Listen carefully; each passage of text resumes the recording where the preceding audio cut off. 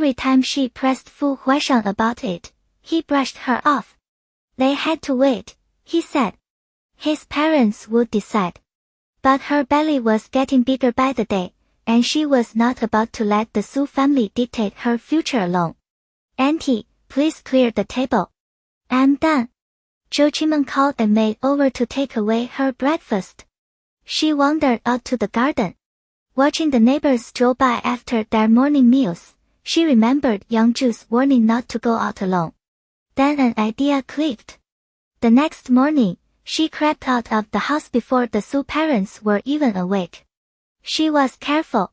Even the early rising maid didn't notice. She went to the supermarket, picked out a few random groceries, then stopped at a breakfast shop to eat. When 9 o'clock rolled around, the peak hours for the neighborhood, she strolled back slowly. Zhou Qimeng walked at a snail's pace, deliberately arching her slightly rounded belly forward, a bag of vegetables in hand. The neighbors in the complex couldn't help but stare. The Su family lived in a stable residential area. Not many households, but they were settled. Mostly people working in education. Everyone more or less knew everyone else. A strange girl showing up with a pregnant belly. That was bound to spark gossip. Zhou Qimeng took the long way around the complex, covering nearly the whole loop. When she pretended to get tired, she sat down on a stone bench. It didn't take long. A middle-aged woman sidled up, acting casual. Hey, miss, whose family are you with? I've never seen you around here before. Oh, hello, auntie. I'm Fu Huaishang's girlfriend. I just moved in. Zhou Qimeng answered politely. What? Yang Fu already brought a girl home. Are you pregnant? The woman leaned in, hungry for details. Zhou Qimeng's heart sank. This was exactly what she wanted. Yes, 3 months along. Auntie Su said they'll have the wedding soon. She paused, then gasped dramatically. Oh, it's already so late. I need to get back and make breakfast for uncle and auntie. Such a good girl, the woman praised. Bye, auntie. Zhou Qimeng grabbed her bag of vegetables and hurried back toward the Su house, playing the part of the devoted future daughter-in-law to perfection. As she rounded the corner, she saw the woman she'd just spoken to whisper into a group. The expression on her face said it all. She was telling them about Zhou Qimeng and the Su family. Zhou Qimeng smiled to herself. If the Su parents wouldn't bring up the wedding, she'd make other people do it for them. Let's see how they handle the embarrassment. She stopped by a trash can and dumped the vegetables inside. Quantum Node Network Tech Company. The first session of onboarding training was over, but Shangfu Muse still hadn't shown up. Yunshu texted him. No reply. Between sessions, Muyun swiveled around in her seat. Master, is that annoying guy off today? Yunshu shook her head. Don't know. He didn't say. I bet he stayed up working on the servers last night and couldn't drag himself out of bed. Muyun sounded certain. Good thing he's not here. I get you all to myself for lunch. I'm eating alone. Neither of you. Yunshu's voice was flat. Yesterday's lunch had been a disaster. Those two had fought each other to serve her food and ended up snatching the ladle right out of the cafeteria lady's hand. The image of them running with the lady chasing after them still gave Yunshu a headache. The bell rang. Second session started. Halfway through, Yunshu's phone buzzed with multiple messages in a row. She slid it open under the desk. A few seconds later, she stood up. Excuse me, I need to leave. Urgent matter. It was a design review session, nothing critical. And since Yunshu was now top of the department in every project, the manager just waved her off. Muyun saw the look on her face. Something big. She faked a stomachache and slipped out too. She ran to the parking lot just as Yunshu was starting the car. Master, is it about that annoying guy? Take me with you. No time to argue. Yunshu unlocked the doors. Get in. She floored it, following the address Shangfu Muse had sent. 20 minutes later, they pulled up at a tea house. Master, he skipped work to drink tea here. Moya's imagination kicked into overdrive. Wait. Was he kidnapped? But who kidnapped someone for tea? Yunshu tossed her the keys. Stay in the car. If things go south, drive away. Got it. But master, I want to. Not listening. Then don't call me master. One cold look from Yunshu, and Muyun surrendered. Fine, I'll listen. Don't be mad. She climbed into the driver's seat. Yunshu waited until the doors locked, then turned and walked into the tea house. On the second floor, in a private room, Zhihang Fu stared nervously at the man across from him. He barely stepped out of his house this morning when two guys grabbed him and brought him here. The man had immediately proposed a partnership for the tech company. But Zhihang Fu and Yunshu had never planned to work with anyone else. He turned it down at first, but the man kept talking, and the terms he offered were generous. So Zhihang Fu said he had a business partner and needed to discuss it with her. The man told him to just call her over and talk together. Zhihang Fu had considered running, but one look at the muscle-bound guys outside the door, and the man sitting there radiating pressure without even trying, made him think better of it. He couldn't take any of them. So he texted Yunshu the address, not bothering to explain since he couldn't type that much. He just spammed urgent and hoped she'd come fast. Whether they took the deal or not, at least he could leave. Yunshu entered the tea house and climbed to the second floor. She spotted a private room with two men standing guard outside, one on each side of the door. The way they stood told her everything. Stop right there. She'd only taken 2 steps when one of them spotted her and blocked her path. The person in that room called for me. Yunshu glanced at the door, her voice icy. The man's tone softened slightly. Wait here. He stepped inside to check. 10 seconds later, the door flew open. Zhihang Fu burst out like a whirlwind. Master! You're here. Yunshu just stared at him. Master, you finally came. His voice carried a hint of wounded pride. The man inside wants to negotiate a partnership. He wouldn't let me leave unless I brought you. Li Jun had never met anyone that pushy about a deal. And this was your emergency. Yunshu honestly wanted to crack his skull open and see what went on in there. Of course it's an emergency. That guy inside is no joke. I wanted to run, but I can't take any of these guys in a fight. Yunshu just stared at him. Ma'am, please. The man who'd gone in earlier came back out, his tone overly polite. Ma'am. Yunshu acknowledged, then looked at Li Jun. You coming in with me or? Li Jun shook his head frantically. No. I'm not going in. You handle it. The guy inside was good looking, sure, but his face was stone cold serious, and his presence was way too intense. It gave Li Jun the creeps. Muyun is in the car downstairs. You can wait with her, Yunshu said, then stepped into the private room. Hearing that Muyun was downstairs, Li Jun decided to wait right there. If Yunshu didn't come out soon, he'd die of anxiety. Inside the private room, Yunshu studied the silhouette behind the folding screen. Something about it felt familiar. She stepped around the screen. Well, an old acquaintance indeed. Out in the hallway, Li Jun started off standing by the staircase, but slowly, he began inching toward the private room door. Step by step. He figured they couldn't be saying anything too sensitive. If his master needed backup, he'd hear it first and run downstairs for help. The moment he got close to the 2 guards, one of them suddenly spoke. Hey, if you want to wait over here, just walk over. Sneaking up like that, our first instinct is to label you a threat. That could get you hurt. Huh? Oh.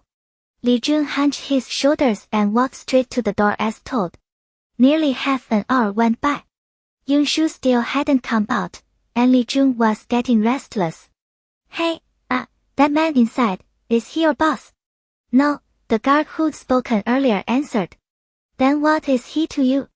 Sorry. Can't say. Li Jun nodded, pretending to understand, but his mind was already spinning. Can't say. So he must be some high-ranking official. But why would a high-ranking official want to partner with them? If this guy tried to cross any lines, his master definitely wouldn't go for it. Would things turn ugly? Before he could figure it out, the door swung open. The man with the intense aura stood in the doorway and called out, Li Jun, please come in. He was smiling now, completely different from that ice-cold face earlier. Huh? Oh, right. Li Jun hurried inside. He moved fast, afraid something had happened to Yunshu. But once he rounded the screen, he saw Yunshu sitting back, leisurely sipping tea. The moment she set her cup down, the man immediately refilled it. Sister-in-law, this tea is excellent. I'll have some sent to your home another day. No need. I only drink it once in a while, Yunshu said dismissively. Li Jun watched their exchange the ease of it and his mouth fell open. Yunshu stood and gestured to Li Jun. This is Colonel San Hachen, Army Special Forces. Pleased to meet you, Colonel San. Li Jun flinched again. No wonder the guy's aura was so intense. He was a colonel in China's elite Special Forces unit. Sister-in-law, this classmate of yours has some talent, San Hachen said with a smile. And since he's your apprentice, his aptitude can't be half bad either. Have a seat, Li Jun. Oh, sure. Li Jun took a seat, and San Hachen poured him a cup of tea. After a few pleasantries, the three of them dove into the partnership details. Mostly, San Hachen talked while Yunshu nodded or shook her head, making the decisions. Li Jun spent the whole time refilling their teacups. 2 hours later, they finally ironed out all the details. Sister-in-law, I'll drive you back, San Hachen offered, rising. Yunshu waved him off. No need. I drove. All right. I'll leave the platform matters in your hands, then. No problem, Yunshu said, heading for the door with Li Jun. San Hachen escorted them downstairs, and they said goodbye. Walking to the parking lot, Li Jun finally burst out with all the questions he'd been holding in. Master, why does Colonel San call you sister-in-law? God, it blew his mind hearing someone as important as San Hachen call a college student sister-in-law. He's a year younger than Fu Huaishang, Yunshu said simply. Oh, so he's a close friend of Mr. Fu's. For Fu Huaishang, having a friend like Colonel San wasn't surprising at all. But why did you charge him so much back there? Yunshu glanced at him, tone flat. Even brothers settle accounts clearly. And he's the one asking us to partner with him, not the other way around. Got it. Master, you're a legend for a reason. I'm with you for life. Nothing's changing that. They reached the car still talking. Muyun was sprawled across the back seat, dead asleep. Li Jun had assumed she'd followed because she was worried about him. Yet here she was, asleep. He couldn't decide if she was incredibly chill or just heartless. Yunshu tapped on the window. No response. Tapped again. Still nothing. Let me, master. Li Jun ran around to the front and banged on the hood. Wang! Muyun jolted awake. Seeing them, she scrambled to open the door. Master, how'd it go? No fighting, right? Fighting. Even if they'd killed each other, Miss Mu here would've slept through it. You were out that cold. If someone hauled your car off, you'd have no clue. Li Jun, I was worried about you. Why do you always have to pick a fight with me? Muyun planted her hands on her hips, ready to brawl. Some worry you fell asleep. Real concerned. Li Jun made a face at her. Li Jun. If I don't beat you to death today, I'm taking your last name. She rolled up her sleeves and lunged. She had martial arts training. Li Jun couldn't beat her. So he ran. They circled the parking lot over and over. By the time they called a truce and came back, the car was long gone. Back at the military office, Sun Haochen called in Su Shang'an right away. From now on, you'll be the primary point of contact for the platform, Sun Haochen said firmly. Su Shang'an's face lit up. Colonel, you got them on board. Yes. Remember, whatever they ask for, you provide it fully. And if you can't, you find every possible way to make it happen. Colonel, that's a pretty low bar for a partnership. A voice came through that serious. No limits. No limits. He barely beat the question back. Whatever. He followed orders. But what kind of business partner was this? The young master always drew a line somewhere. Now he was saying there were none. One day, he'd have to meet this mystery man face to face. Shen Corporation. Shen Yishuan sat behind his desk, a lit cigarette balanced between his fingers. A knock, and a bodyguard in black stepped inside. Boss, all the funds have cleared. The bodyguard handed over a report. Shen Yishuan took it, his expression unreadable as he scanned the staggering figures. Make sure everything's airtight. Move all group business out of the country as soon as possible. Yes, sir. And Boss Dr. Leon arrives tomorrow night. A faint, unreadable smile flickered across Shen Yishuan's usually impassive face. Tomorrow, I'll pick him up myself. Understood, boss. The bodyguard nodded and walked out. Shen Yishuan lifted the cigarette, took a long drag, and let the curling smoke swallow him whole. Royal Garden Estate. After dinner, Fu Huaishan headed to his study to deal with an urgent work matter. Yunshu went to the stables and brought Xiaobai out. She didn't bother with a halter, just let him wander.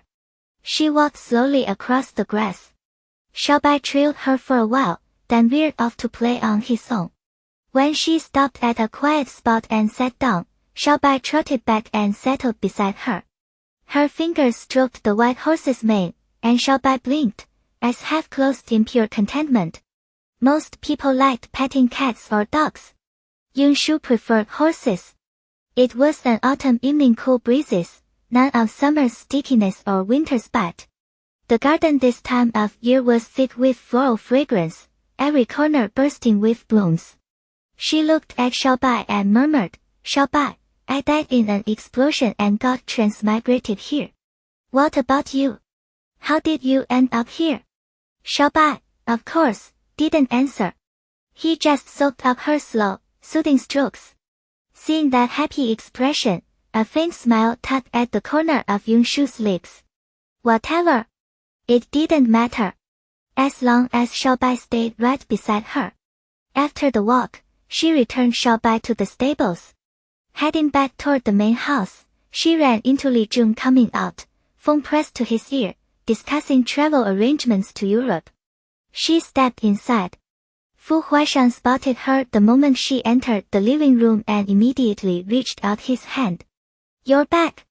He pulled her close. I'm heading to Europe. So I heard. You're going. He nodded. But I was hoping you'd come with me.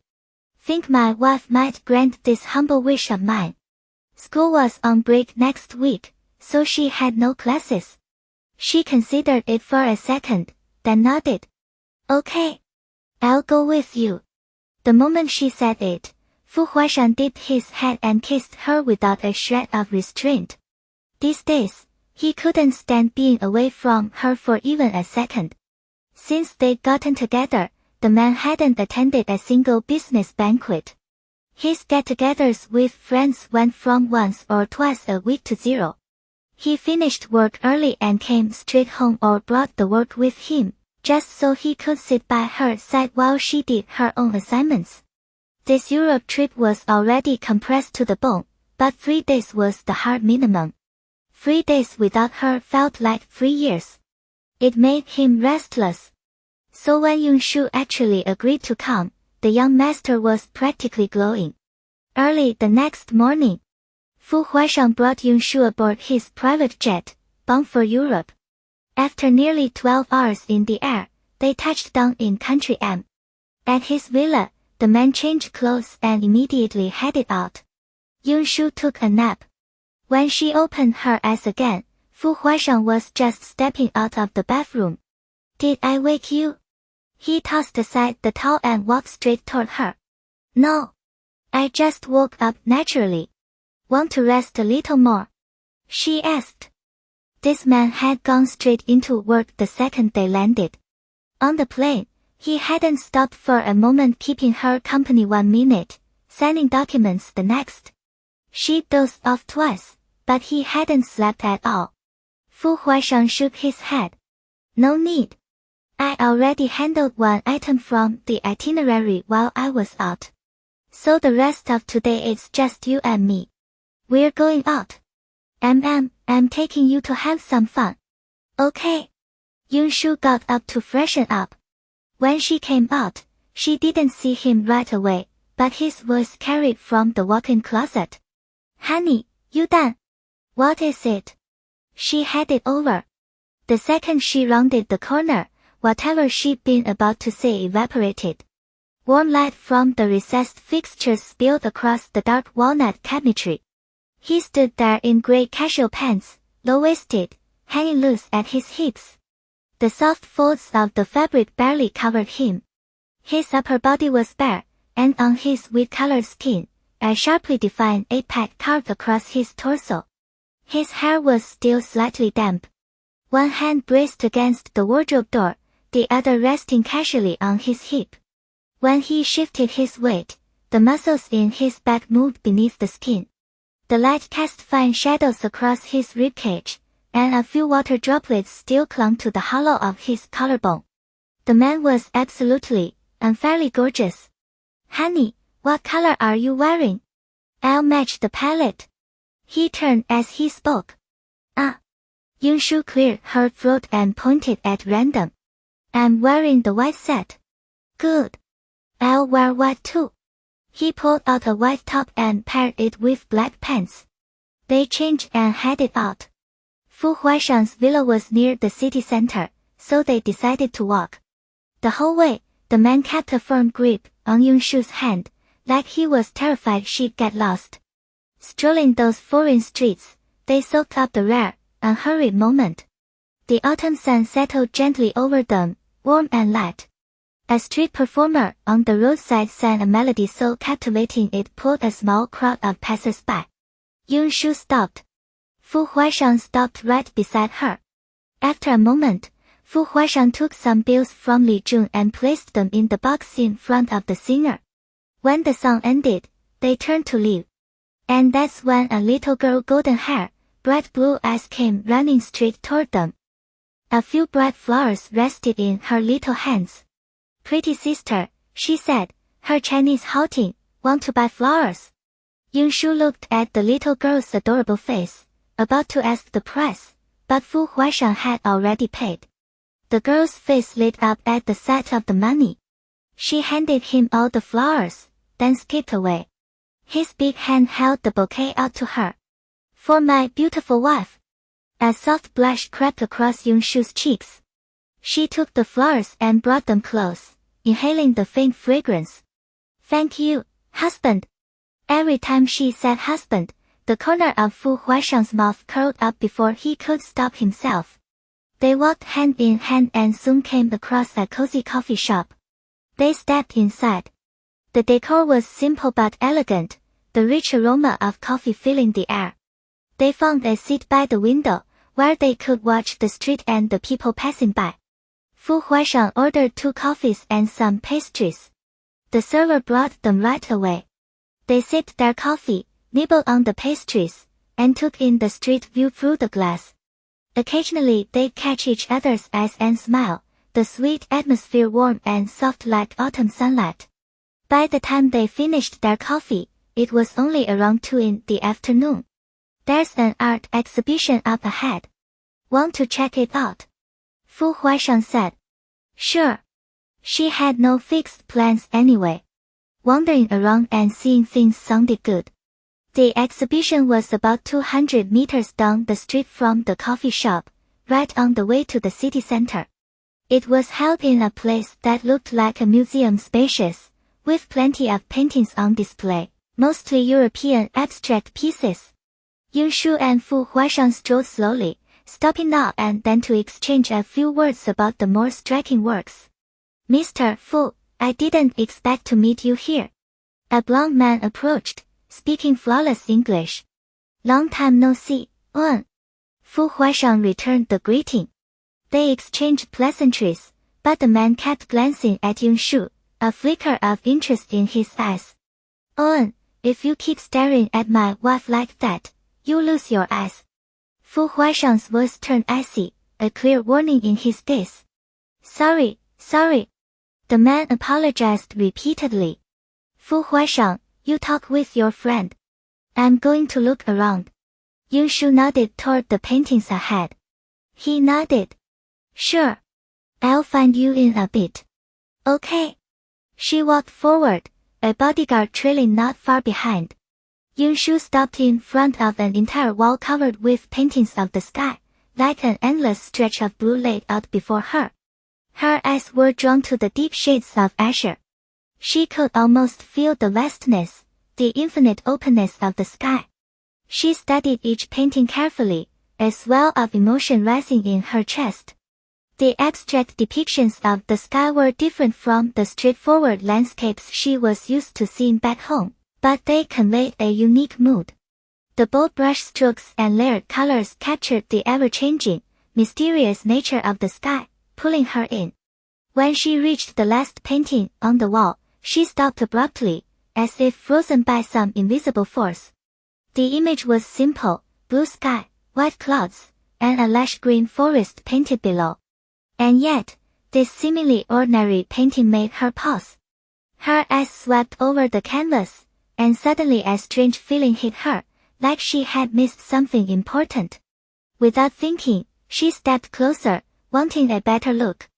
As she leaned in, she finally noticed the detail she had overlooked. Hidden among the clouds was a tiny airplane. It was so small. The whole painting was about 30 inches square, and the plane was barely 2 inches across. If she hadn't come so close, she never would have seen it. Why would the artist make the plane so small? As Yunshu tried to reason it out, a thick white fog flooded her mind, blanking out all her thoughts. Her eyes locked onto the painting in front of her, but her mind raced out of control. In an instant, she was transported back to that mission day. She had completed her task and was flying back to base. But just as she crossed above the forest before the base, the plane exploded without warning. Everything spun. Her vision went black. When she opened her eyes again, she was surrounded by flames. The wreckage of the plane lay scattered everywhere. The fire licked at her body, wave after wave of searing pain. And the scene before her now, it was exactly like the one in the painting. Blue sky, white clouds, forest, plane. It all came back like a replay. A deafening roar filled her ears, the echo of that day's explosion. Yunshu's body jolted. In an instant, her back was drenched in cold sweat, and her face went deathly pale. She was standing, but her thoughts were no longer her own. Some invisible force was pulling the strings. She tried to move, but her legs felt nailed to the ground. Yunshu.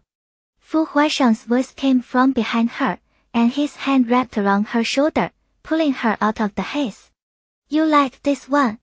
His low voice spoke near her ear, and the coolness of his palm slowly warmed against her skin.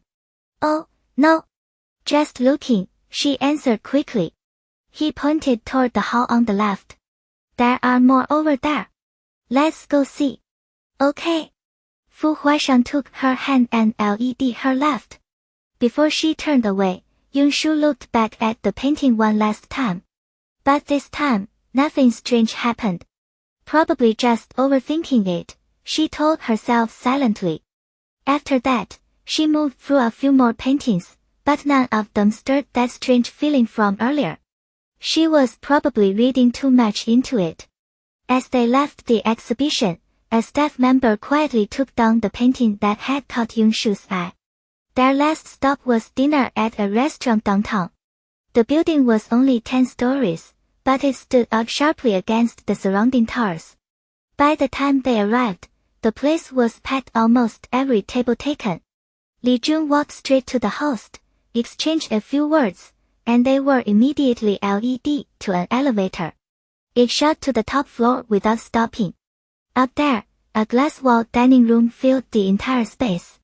One table sat dead center. No menu prices. The view alone said it all. The design was sleek and modern European sensibility with American lightness, bright and airy, romantic but never heavy. The old glass construction used some kind of special material that guaranteed privacy and safety while still letting you drink in the architecture and the unfamiliar skyline. Yunshu's gaze drifted through the glass, caught by a church nearby. It was built in medieval style, a stark contrast to the modern towers around it. The clash of two eras felt unique, almost otherworldly. When she turned back, Fu Huaishang was watching her. Do I have something on my face? She raised a hand to her cheek. No, his voice was low, warm. I was just thinking last time I ate here, I was alone. He paused. Now you're sitting across from me. I'll be here with you from now on, she said softly. His hand reached across the table and covered hers. His thumb traced slow circles over her skin, and the air between them turned warm and close. The server brought out the courses quickly. Even though it was Western food, Fu Huaishang had ordered every dish meticulously, each one perfectly to her taste. She sampled everything except the red wine, which stayed unopened. After dinner, they stepped outside. A nearby mall was hosting an open-air dance party. Violins and accordions wove into a golden whirl of sound, the atmosphere electric. Yunshu's eyes lingered on the crowd.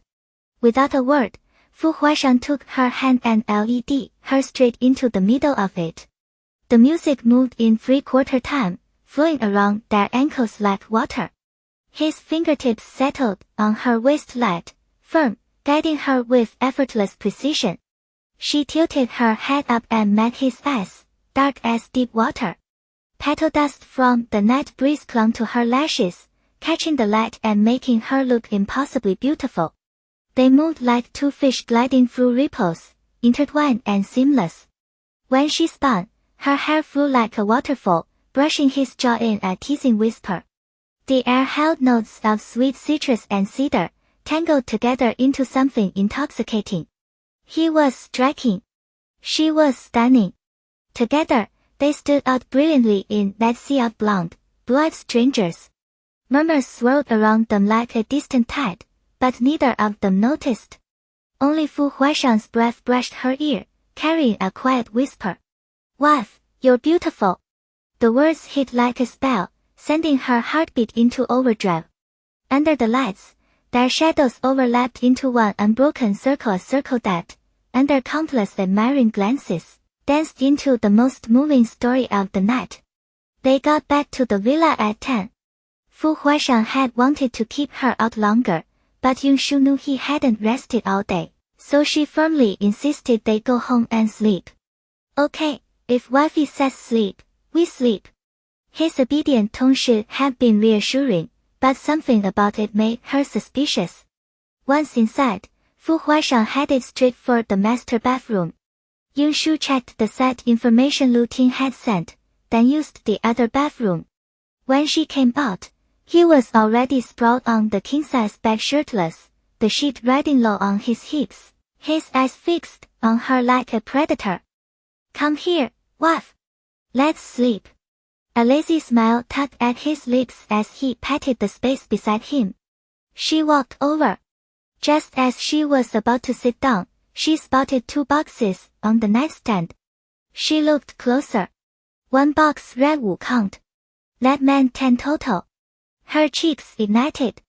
She pointed at the boxes. Is this? Fu Huaishang pounced, wrapping his tall frame around her thigh like a lazy big cat. Don't worry, I won't use them all. That only made her face burn hotter. But honey, there are so many different flavors here. Want to pick first? He seemed completely oblivious to her embarrassment.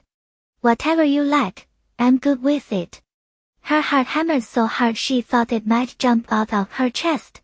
You just lie down and sleep. Her voice came out shaky. She pushed him away and dove under the covers like a startled rabbit, turning her back to him. But Fu Huaishang picked up both boxes and started musing aloud. Wife, it's not just flavors, there are different types too. Ripped, dotted, studded, you want to check them out. She couldn't take it anymore. She sat up abruptly and clamped her hand over his mouth. His deep eyes held hers, and she saw a flicker of heat ignite at the back of his gaze. A strange tingle spread from her palm, tickling deep in her chest. What a menace! In the end, he tempted her again. And again, she felt lost in that world between them, unaware of time, unaware of exhaustion.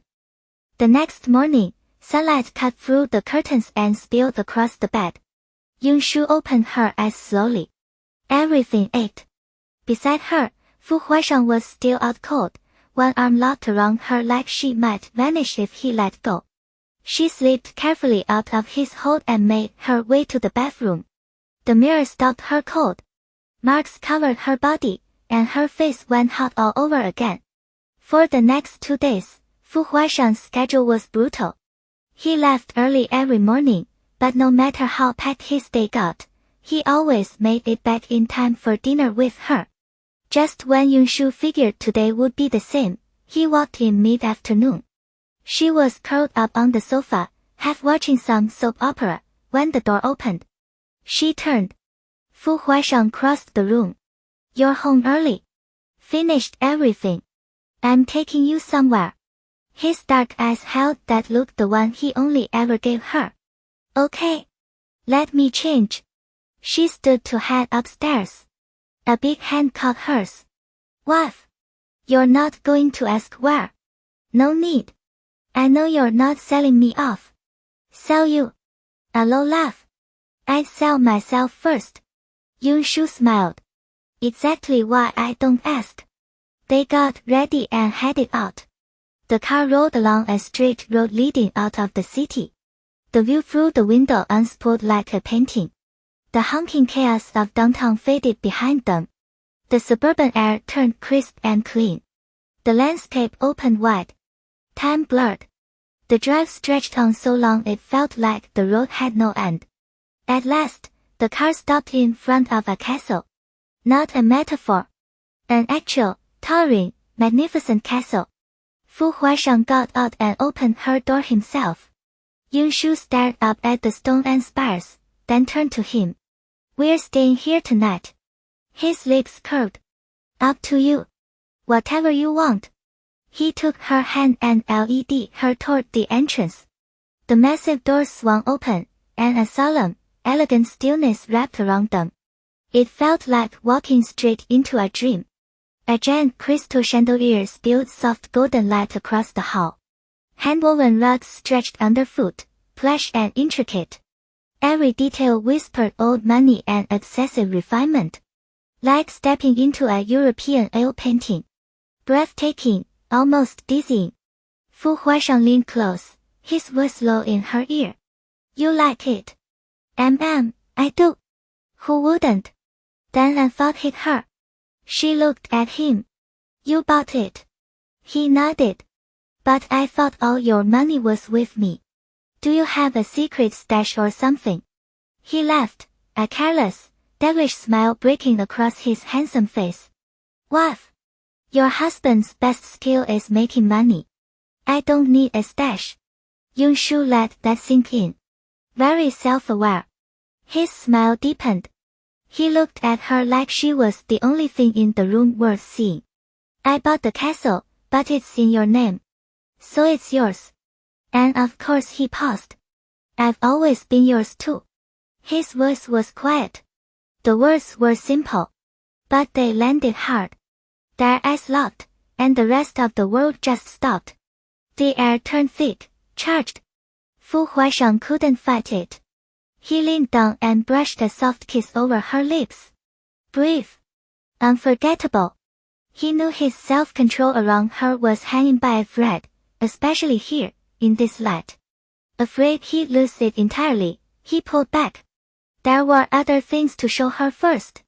He took her through every floor of the castle. When they reached the 3rd floor, he stopped and pointed at a long row of doors. Wife! These can be the kids' rooms. That many rooms. Yeah. One for each. The girls get princess suites. The boys, he shrugged. We'll throw something together. What do you think? You're planning on that many children? He nodded, then shook his head. You decide the number. But we are definitely having a daughter. Yunshu's jaw dropped. First the sheer volume of children, then the blatant favoritism.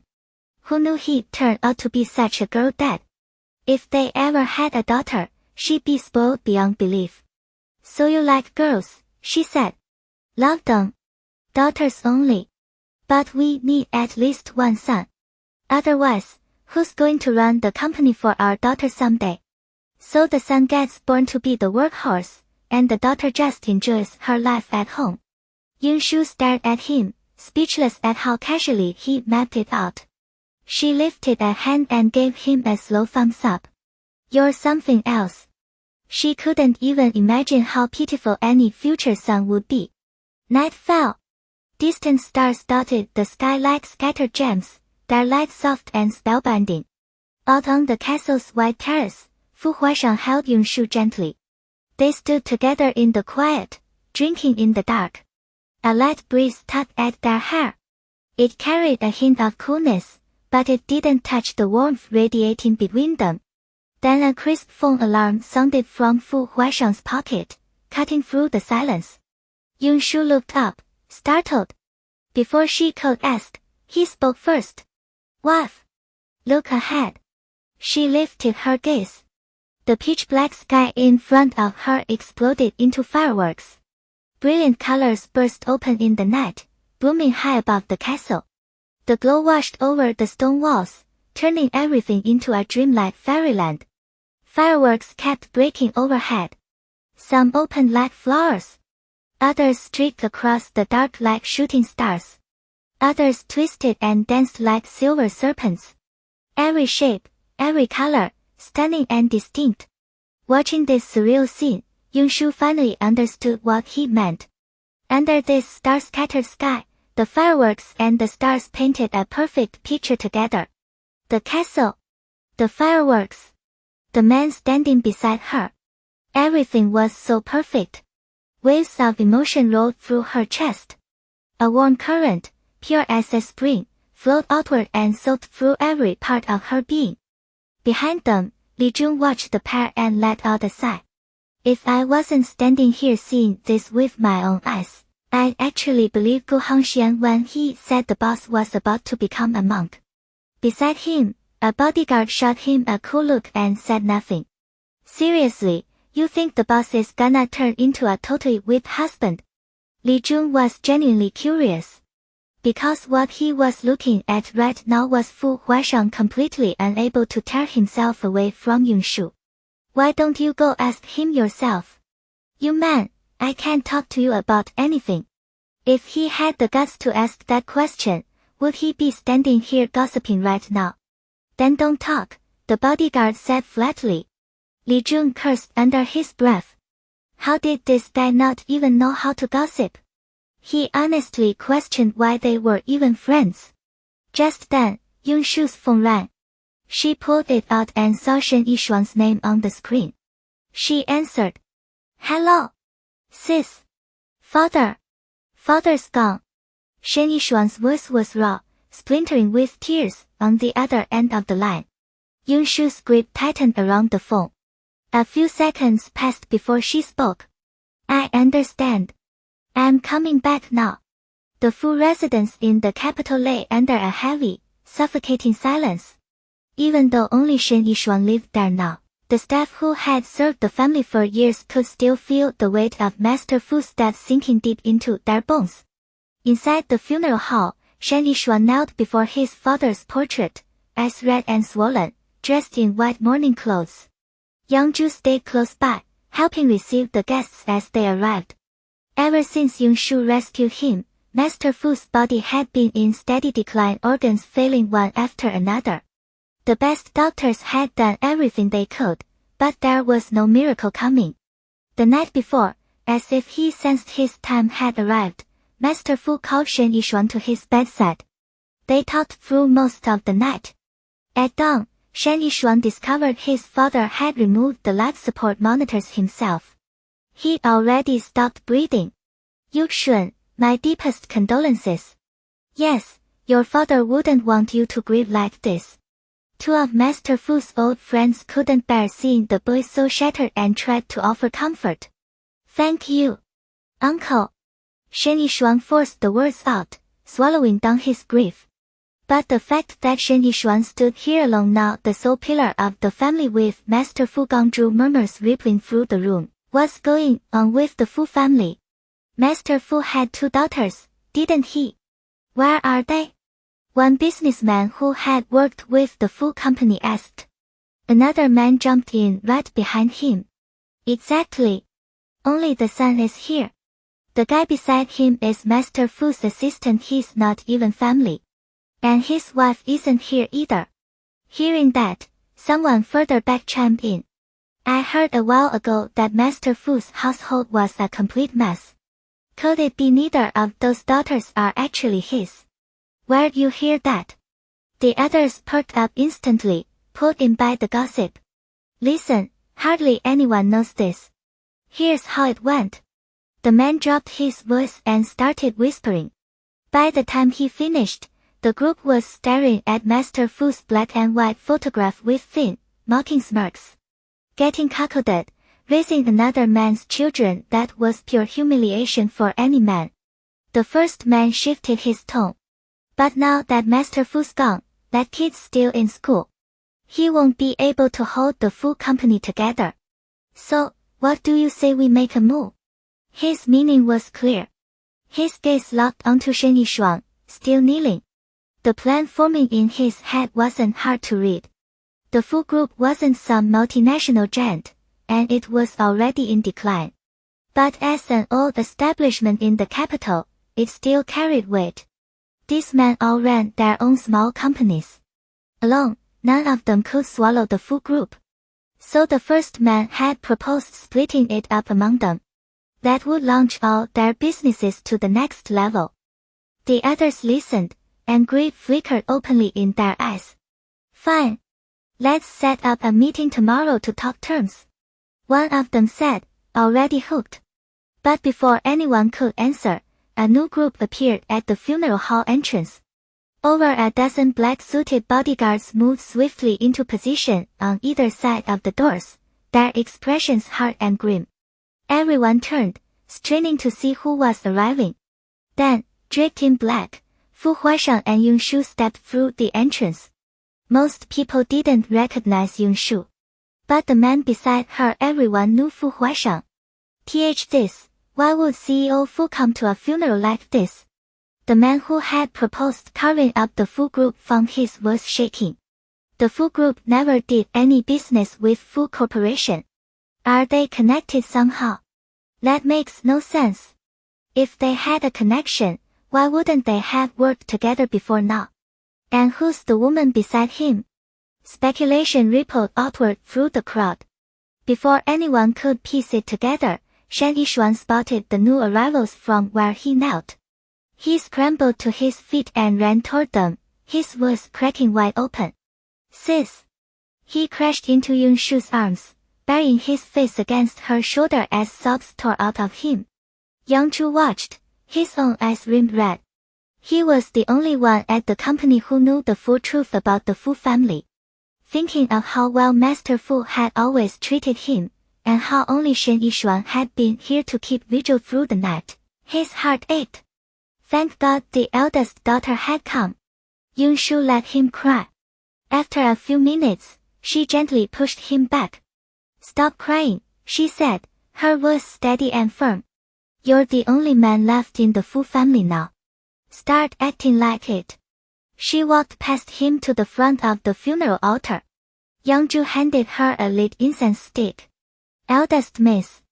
She took it, but with quiet dignity, then passed it back to Yang Zhu to place in the burner. Shen Yishuang looked at her, and fresh tears spilled down his face. A hand pressed firmly against his shoulder. He looked up at Fu Huaishang, his voice thick and unsteady. "Brother-in-law. We're here." That low voice carried through the entire hall. Not loud, but impossible to miss. Everyone froze, stunned by Shen Yishuang's brother-in-law and even more by Fu Huaishang's quiet confirmation. Since when had Master Fu married his daughter into the Fu family? With a son-in-law like that, how had his business ever struggled? The man who had been scheming to carve up the Fu group buried his plans on the spot. If Fu Huaishang was Master Fu's son-in-law, they wouldn't dare touch a single share of the Fu company, not with 100 times the nerve they had right now. Good thing they hadn't acted yet. If they'd made a move before learning this, no amount of regret would save them. The men all stepped back, too afraid to even show their faces. The guests who only meant to make a brief appearance suddenly found reasons to stay once they spotted Fu Huaishang. Word spread fast. Fu Huaishang was Shen Wangzhong's son-in-law. After that, the crowd swelled. Business partners they barely recognized showed up not to mourn, but to be seen. No one dared approach him directly. His name alone commanded that kind of distance. Lu Xiaohan and Yi Huijin arrived not long after. In its entire history, the memorial service had never held this many people. It wasn't until evening that the stream of visitors finally thinned. Fu Xinyu pulled a folded piece of paper from his pocket and pressed it into Yunshu's hand. "Sis, Dad wanted you to have this." She opened it. After a long moment, she set the paper into the fire and watched the flames eat it down to ash. And just like that, the last trace of the original Yunshu's longing vanished with it. The note held only a few words. "Xinyu, I'm sorry. Forgive me, Dad." It was everything the original had ever wanted to hear. "Fu Xinyu, the Shen family and Shen Corporation are yours to carry now." He didn't blink. "I'll help you. But I won't always be there to hold your hand. You need to learn to stand on your own." "Understood." When she finished, he nodded. "Yeah. I know." Yunshu looked at the black and white photograph on the table and let the silence settle inside her. "I accept your apology. And Fu Xinyu, I'll look after him." That's that. 2 days later, Shen Wangzhong was laid to rest. Fu Xinyu clenched his jaw so hard it ached, refusing to cry. That was the promise he'd made his father. The next morning, news broke that detonated across every media outlet and set social media on fire.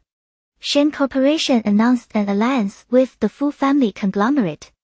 Then came a second, even more explosive revelation. Shen Wangzhong and Zhou Qimeng were not biologically related. Her claim to any shares was void. Both announcements hit like thunder.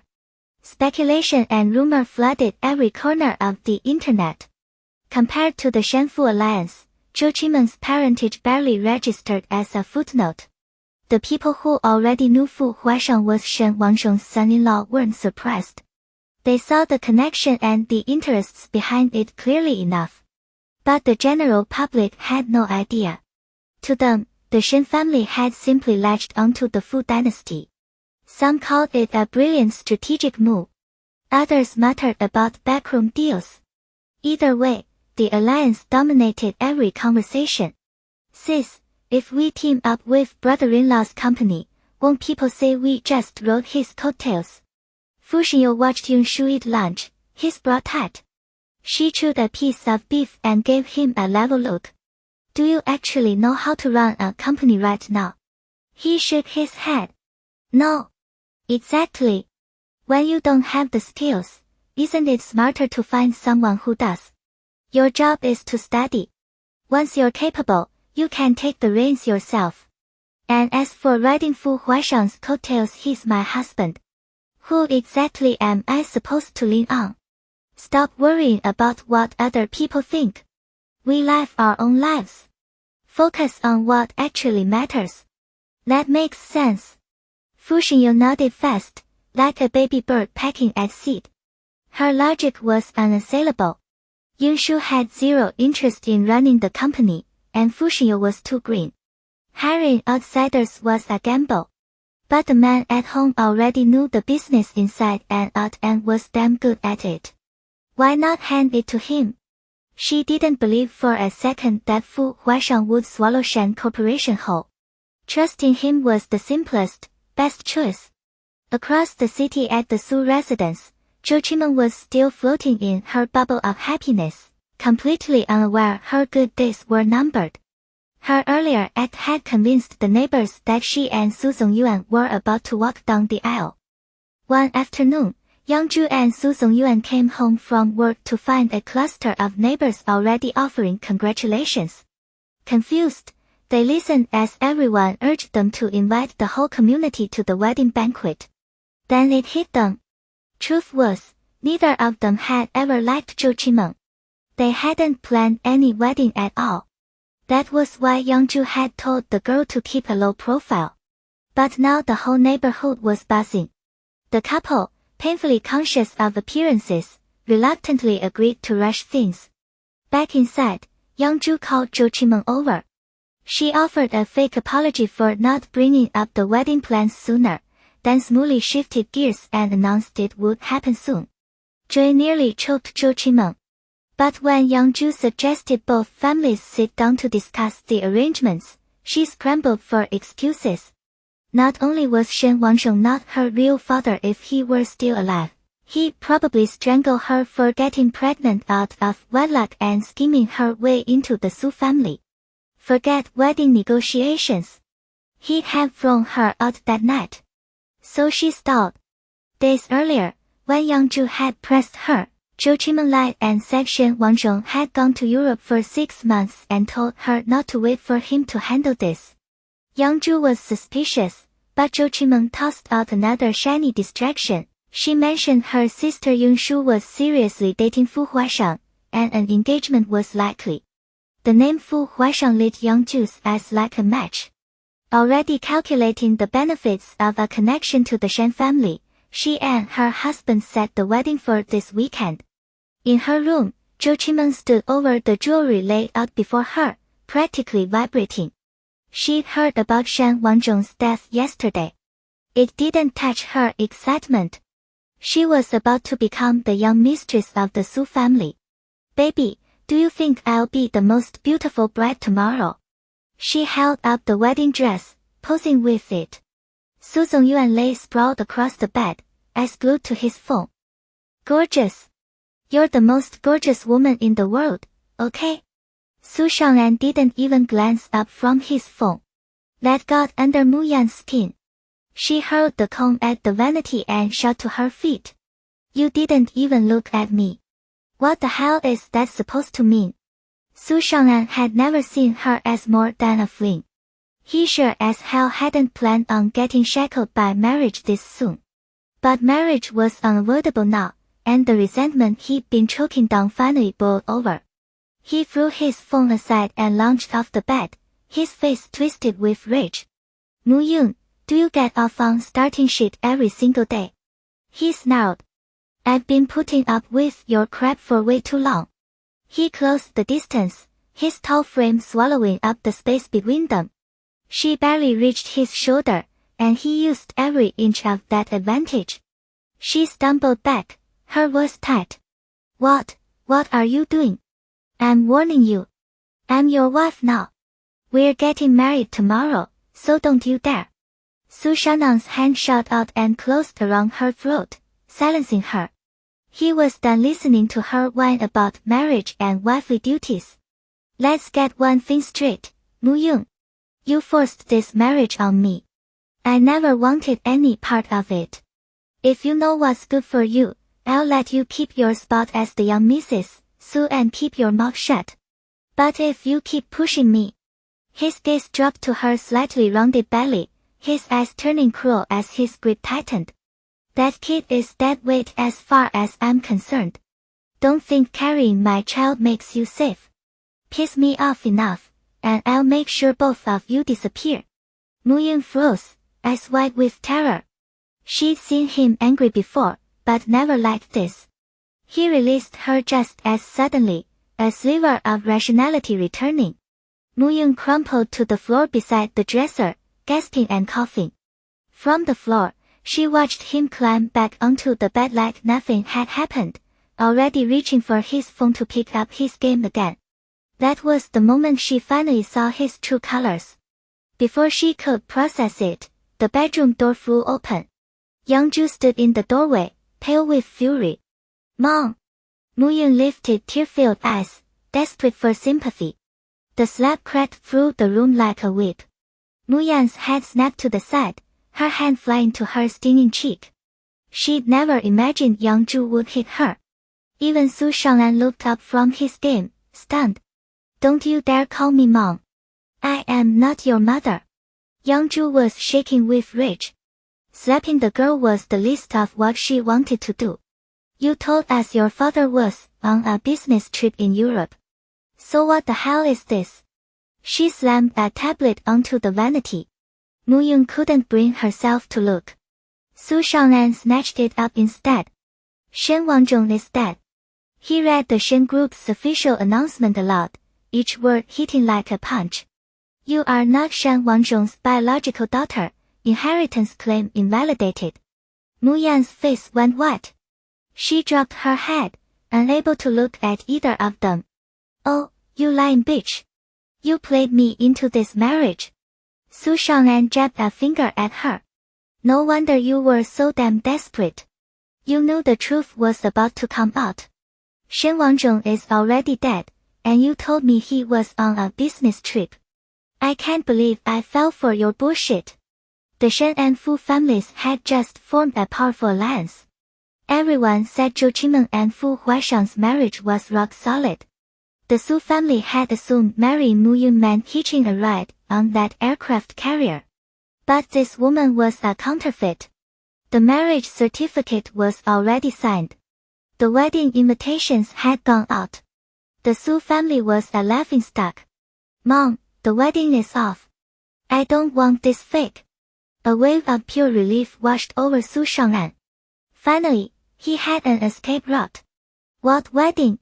The Su family will never let an impostor through our doors." Youngju's voice shook. When the news broke, she'd been in shock. Before the official announcement, her friends had been calling non-stop to congratulate her marrying a Shen heiress, gaining a foothold in the Fu family network.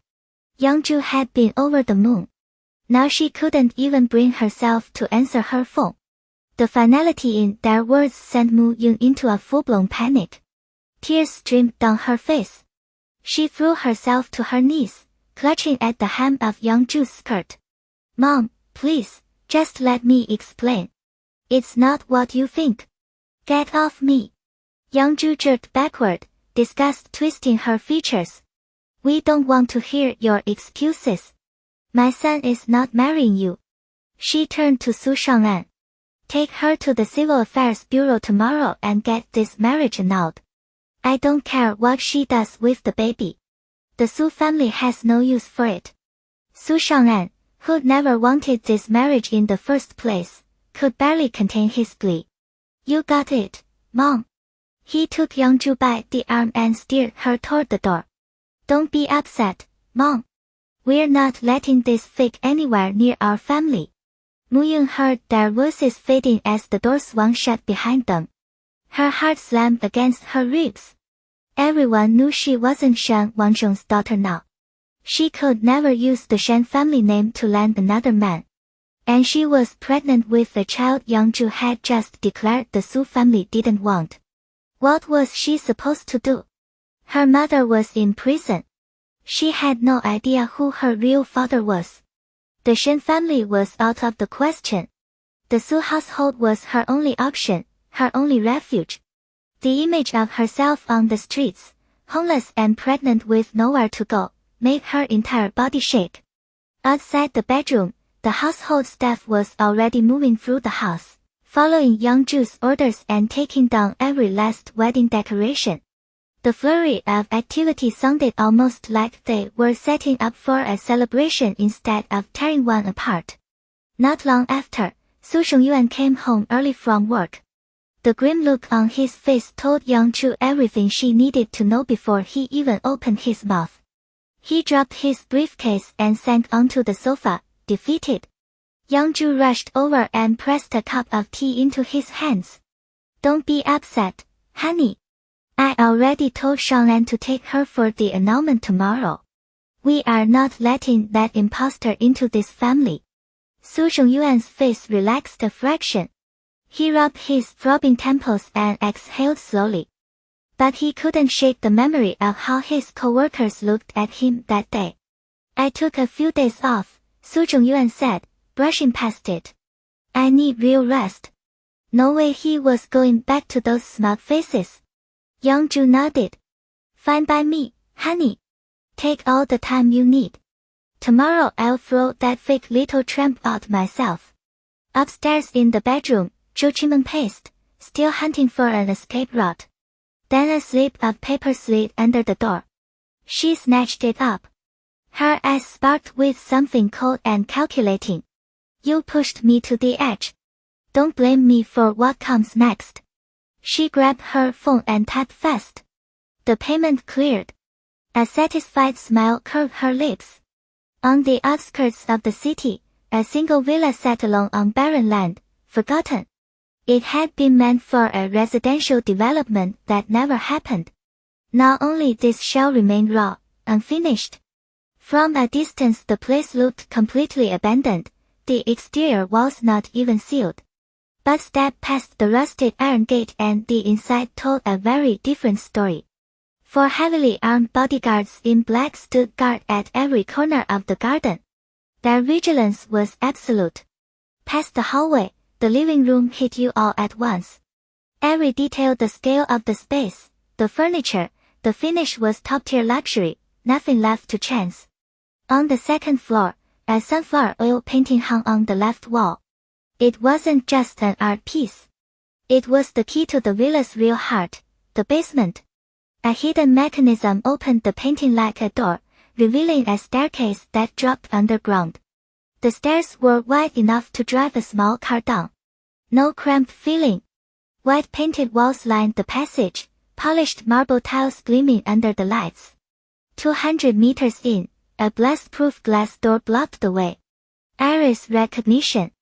Authorized personnel only.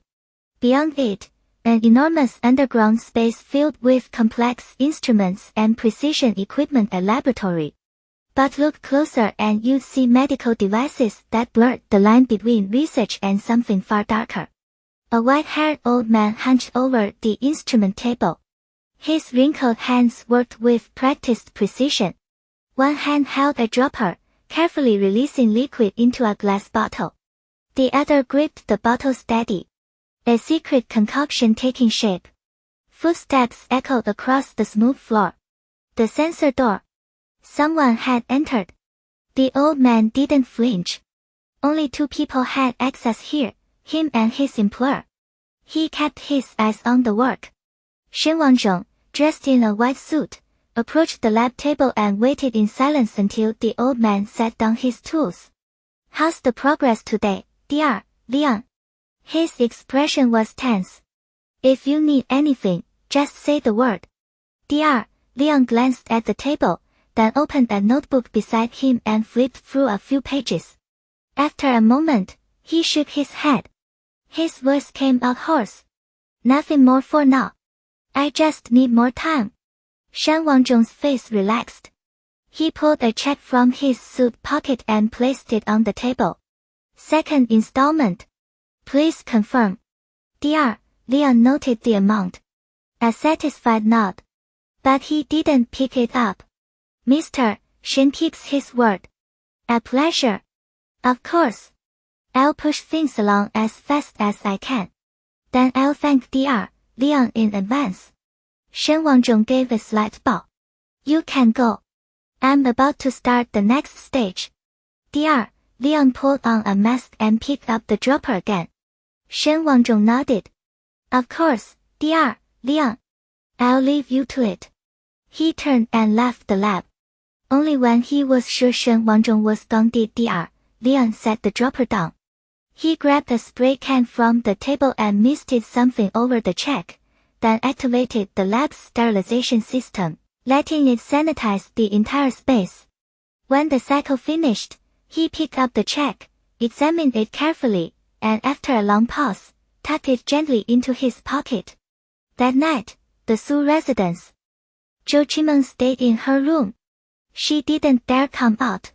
Didn't even show her face for dinner. Yang Zhu and Su Zhongyuan certainly weren't about to call her down. And Su Shang'an.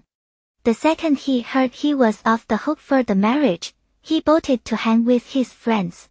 Time crawled. The door she left open just a crack finally whispered a soft sound. She rushed over. A small paper packet lay on the floor. She grabbed it and slipped into the bathroom to check the contents. Exactly what she asked for. She let out a long, quiet breath. After changing clothes, she sat at the vanity and fixed her face. But she deliberately left the red handprint on her cheek untouched. Normally after dinner, the Su couple strolled out to the garden to talk. Tonight, worried the neighbors would ask about the cancelled wedding, they stayed in the living room watching the news. Zhou Qimeng came downstairs. They acted like she was invisible. She walked to the kitchen and returned carrying a tray with 2 cups of tea. Only then did the Su couple acknowledge her. Zhou Qimeng, don't think playing the sweet little thing will make us accept you as a daughter-in-law. It's never happening. Yang Zhu cut her off before she could even speak. Su Zhongyuan stayed silent. His face just as hard. The harsh words didn't faze Zhou Qimeng. Calmly, she knelt down in front of them and set the 2 cups of tea on the table before Yang Zhu and Su Zhongyuan. Something flickered in her eyes. Quiet. Deliberate. I know I can't change your minds, she said, voice deep and soft. But I wanted to apologize, formally. Face to face. Yang Zhu's mouth twisted. You think tea fixes this? No, Zhou Qimeng said. I don't. She didn't even flinch. Just waited. Her voice came out hoarse. Regret flickered across her face. Dad, Mom, let me call you that one last time. Maybe nothing I say can undo what I did. But I still need to say it. I'm sorry. Zhou Qimeng looked at them, her expression heavy with remorse. Sorry. What good is sorry? Do you have any idea how humiliated our whole family is right now? Yang Zhu wasn't having it. Her voice climbed, sharp and loud, the kind of volume only pure rage can produce. Beside her, Su Zongyuan raised a hand, silencing his wife. Shazhou, he said, shaking his head, his voice thick with disappointment. Child, why couldn't you just tell the truth? If you'd been honest from the start, none of this would have happened. I know. Dad, it's all my fault. Zhou Qimeng bit her lower lip, forcing her expression into something fragile and broken. Tomorrow Jill and I will finalize the divorce. Then I'll leave this house for good. This is the last time I'll ever serve you tea. Please, don't refuse it. Tears brimmed in her eyes right on cue. She looked so breakable in that moment, like a strong wind might shatter her. Su Zongyuan was a man. Seeing her like this, voice trembling, the red handprint still bright on her cheek, he couldn't stop the pity from rising. He let out a long sigh. Then he picked up the teacup and drained it. Just like she said. The last cup. Once it was gone, so was any bond between them. Yang Zhu was a woman, and she had zero sympathy for Zhou Qimeng. But the worst divorce and leave the Su family landed. She lifted her cup and drank. Fine. Tea's done. Tomorrow, do what you need to do. She set the cup down with a crisp, unhappy clink. Zhou Qimeng rose slowly, unsteady on her feet, gathered the cups onto a tray, bowed once more, and retreated to her room. Back in her bedroom, she soaked the cups she'd secretly carried upstairs in disinfectant. Late that night, she slipped them back into the kitchen without a sound. The next morning, Su Zongyuan hadn't come home all night. The moment he turned his phone on, the news hit him, Both of his parents were in a coma. No one could explain it. They had simply fallen into deep unconsciousness. The doctors had tried everything. When they'd wake up was anyone's guess. Su Zongyuan couldn't process it. How had his parents ended up like this overnight? He found Zhou Qimen sobbing at the foot of Yang Zhu's hospital bed. She was the first person he suspected. But before he could ask, one of the longtime household servants who'd come to the hospital spoke up. "Young master, we owe the young mistress this time. If she hadn't found them when she did, the doctor said they might not have made it through. She was up most of the night taking care of them. She kept calling you, and you never answered. She's been through a lot." This servant had been with the Su household longer than anyone. She watched Su Zongyuan grow up, and both his parents trusted her completely. So when she said that, most of Su Zongyuan's suspicion crumbled. "Zongyuan, can I ask you something?" Zhou Qimen turned toward him suddenly. "Your parents are like this now. You must be drowning trying to handle everything on your own. Can I beg you, don't divorce me yet. Let me take care of them. Just treat me like a servant.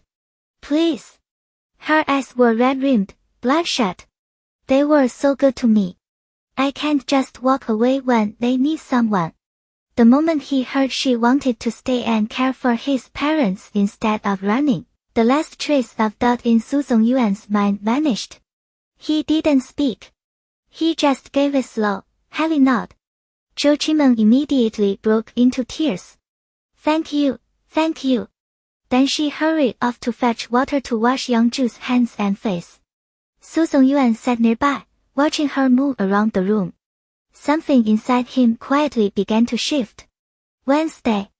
After handling the company matters and the Yun family situation, Yun Shu and Gu Hangxian returned to school. During a break, Shangfu Muse went to the school gate to grab the tea sheet ordered online. She set one down on Yun Shu's desk. "Master, have something sweet. It'll help." She was worried Yun Shu might be upset about Su Mingyuan's death. Yun Shu looked at Shangfu Muse, who was clearly walking on eggshells. She nodded. "Thanks.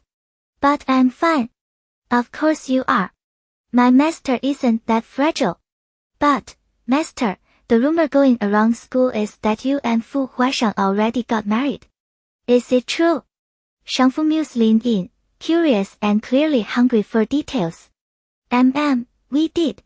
The words had barely left Yun Shu's mouth when Shangfu Muse's jaw dropped, ready to scream. Before the sound could leave her throat, Li Jun lunged from his nearby seat and clamped a hand over her mouth. MMPH. Shangfu Muse thrashed her head, demanding he let go. Li Jun leaned in. "Don't shout. You scream, everyone swarms over here. Master doesn't want that." "Got it." Shangfu Muse nodded frantically. Li Jun released her. She shot him a glare but kept her mouth shut. Yun Shu watched the two of them. Something flickered in her eyes. After school that afternoon, the three of them walked down from the main building. Yun Shu was in the center. Li Jun and Shangfu Muse flanked her on either side. Her cool voice cut through the silence. "When did you two start?" Both of them stopped mid-step. They exchanged a fast, panicked look, then hurried to catch up. Cough. "Master, you mean fighting?" "We didn't start a fight." Li Jun tried to play dumb. Shangfu Muse stayed silent, looking at Yun Shu with guilty eyes. This time, Yun Shu stopped walking. She turned and stepped back so she was facing them directly. Her bright eyes locked onto theirs. "Not telling the truth." No. "Master, I'll talk. Li Jun cracked instantly under that stare. He felt like he was 1 second away from being launched into the air. It was, during the break a few days ago. His voice shrank with every word. "And why didn't you tell me sooner?" Yun Shu pressed. "I was scared you wouldn't let us date." Yun Shu. Had she ever said no dating? See? She's not saying anything. Panic flickered across Zhihang Fu's face. Ah. Master, we were just talking. Nothing's been settled. Hey, what's that supposed to mean? Shen Yishuan's temper flared. I'm dead serious about you, and you're going to string me along. String you along? I'm trying to explain things to Master. Explain? Sounds more like you're digging yourself in deeper. Digging deeper? She yanked up her sleeve. Shen Yishuan, are you calling me dark? I'm the palest person here. I didn't say your skin was dark. Put that down. He grabbed her arm and tucked the sleeve back down, glancing around to see if anyone had noticed. Zhou Qimeng watched the two clowns. They were a perfect match. As long as they tortured each other, innocent bystanders were safe. Ahem. She cleared her throat. The bickering pair froze mid-motion, eyes wide. Zhou Qimeng fixed them with a stern look. You two started dating and kept it from me. A small smile tugged at the corner of her mouth. So I've decided. I'm happy for you. Shen Yishuan and Zhihang Fu gaped, too stunned to speak. Zhihang Fu recovered first. She let out a shriek, jumped in place, and threw her arms around Zhou Qimeng. Master, I love you. She stomped her feet, barely containing the excitement. Shen Yishuan grinned like an idiot and scratched the back of his head, not daring to hug Zhou Qimeng. Alright, alright. If you keep hugging me like that, people are going to think there's something going on between us. Zhou Qimeng sighed. The display was over the top, and with dismissal time in full swing, curious stares were already drifting their way. Who cares? I just want to hug you, Master. I love you. But Master. Zhihang Fu pulled back. How did you figure it out? It's only been 1 day. Is it really that hard to see? Zhihang Fu, Shen Yishuan. They both stared at her, waiting. This morning, when he covered your mouth, the old you would have chased him out of the classroom and killed him. This time, you did nothing. Zhou Qimeng turned to Shen Yishuan. At lunch, you almost gave him some food, but you stopped the second you saw me watching. The movement had been tiny, just a slight shift of chopsticks, nothing actually picked up. But Zhou Qimeng had caught the awkwardness instantly. Amazing, Master. Master, you got eagle eyes. Zhou Qimeng rolled her eyes. These two were so transparent they might as well have been wearing neon signs. She wasn't about to list every clue. Come on, Master, I'm treating you to dinner. Zhihang Fu grabbed her arm and dragged her toward the school gates. Today was just too perfect. Meanwhile, outside the academy gates, San Hachen stood with a bouquet of flowers. After Fu Huaishang's men beat him up, he'd spent 2 weeks flat on his back recovering. The second his injuries healed, he couldn't wait to contact Lu Ting again. Not because he liked her. He needed her to save the Sun family business. Sun Corporation had been tanking. Enrollments were a disaster. His original plan was to force himself on Lu Ting, then use her as a bridge to influential people in education and rescue his company. Obviously, that had failed. But a scumbag like San Hachen always found another angle. He knew Lu Ting inside out. Her family had generations of educators. She'd been raised in that world and was deeply ashamed of anything involving physical exposure. That was exactly why he dared to come back. He latched onto the fact that he'd seen her naked. He hounded her relentlessly. She didn't answer his calls. He showed up at her door. Nobody home. He came to the school to find her. San Hachen was determined to pressure Lu Ting until she broke. He wouldn't quit until he got what he wanted. Right now, Lu Ting sat in the teacher's office, her face ghostly pale and her body trembling. The other teachers noticed and shot her strange looks, adding to her humiliation. Then a middle-aged female teacher walked over. Oh, Teacher Lu, your boyfriend has been standing out there all day. What did he do that was so terrible? Another teacher chimed in. I saw him this morning. It's almost dismissal now. He's really been there since the bell rang. I've been through it myself. Young couples always have their ups and downs. It's normal. Just forgive him. When San Hao-chen first showed up at the school gates that morning, a few teachers who recognized him from picking her up had asked about it. He told everyone he'd made her angry and was standing there begging for forgiveness. Lu Ting couldn't bring herself to explain the truth. That he'd drugged her and seen everything. So everyone assumed it was just a silly fight. Faced with all that well-meaning advice, she bit her lip in shame and rage, unable to say a word.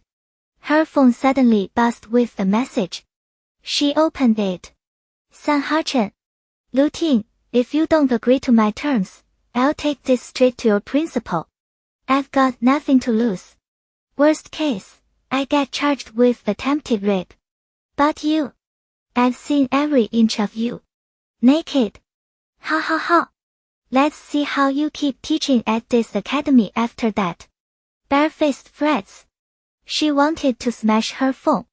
But with so many curious eyes on her, she could only grit her teeth and swallow her fury. What was she supposed to do? Who could help her now? Was she really going to cave to that scum? Introduce him to her mentor? Help his family's company recruit students? Lu Ting frantically scrolled through her contacts, searching for anyone who could help.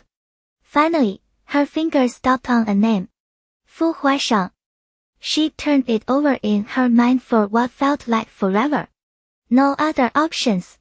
So she dialed his number. A few moments later, the bell rang over the speakers, signaling the end of the school day. In the office, teachers started gathering their things and heading out. Zhou Qimeng packed up mechanically, then drifted toward the main gate in a daze. She called Fu Huaishang earlier. Told him San Hao-chen had shown up at the school, threatened her, and she asked for help. But he sounded like he was in a meeting. Just said, got it, and hung up. Now her heart was hammering so hard she could barely breathe. She was terrified of what came next. A handful of gossipy teachers lingered behind on purpose, hoping to catch the scene. Zhou Qimeng walked as slowly as she could, dragging it out, desperate to delay the moment she faced San Hao-chen. But even the longest road ends. At the crowded front gate, San Hao-chen was still there. The second he spotted her, a slow smile spread across his face. But Zhou Qimeng knew that smile was laced with poison.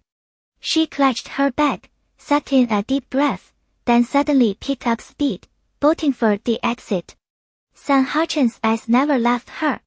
The instant she moved, he strode straight toward her and cut her off right at the gate. Students and teachers who didn't know what was happening froze, stunned by the sudden confrontation. Everyone stopped to stare. Qimeng, I know I was wrong. Please forgive me. San Hao-chen wore a mask of remorse, his hand clamping around her arm. He looked genuinely sorry. But Zhou Qimeng could feel the crushing force in his grip. Like her arm might snap. Let go of me. She shouted, yanking back to escape the pain.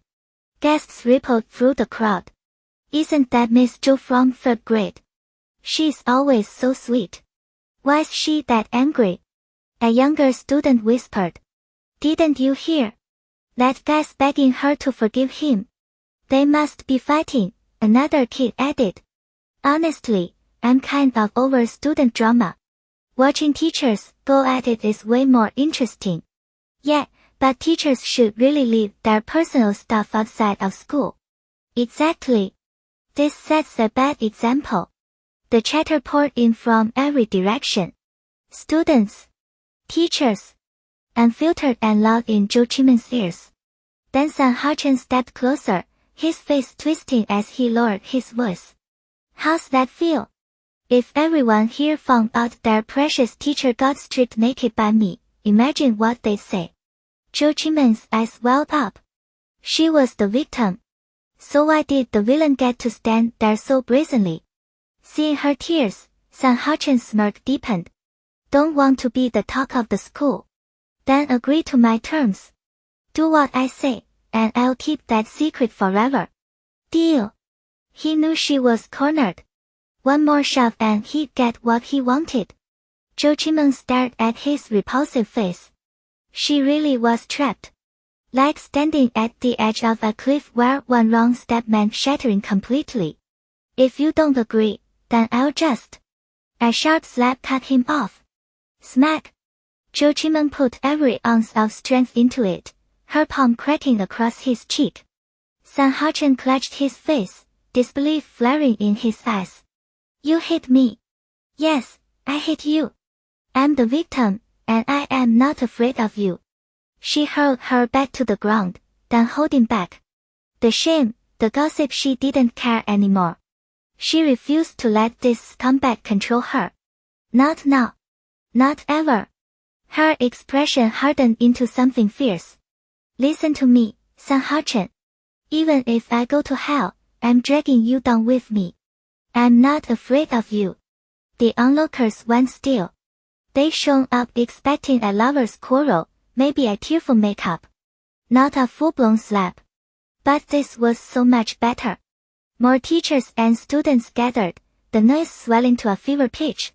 Zhou Qimeng no longer cared. No matter how ugly the whispers got, she shut them out. San Haochen scanned the swelling crowd, his face burning from the humiliation. He spat on the ground, dropped his hand from his cheek, and planted his fists on his hips. Fine, Zhou Qimeng. You want to act shameless? I'll show you shameless.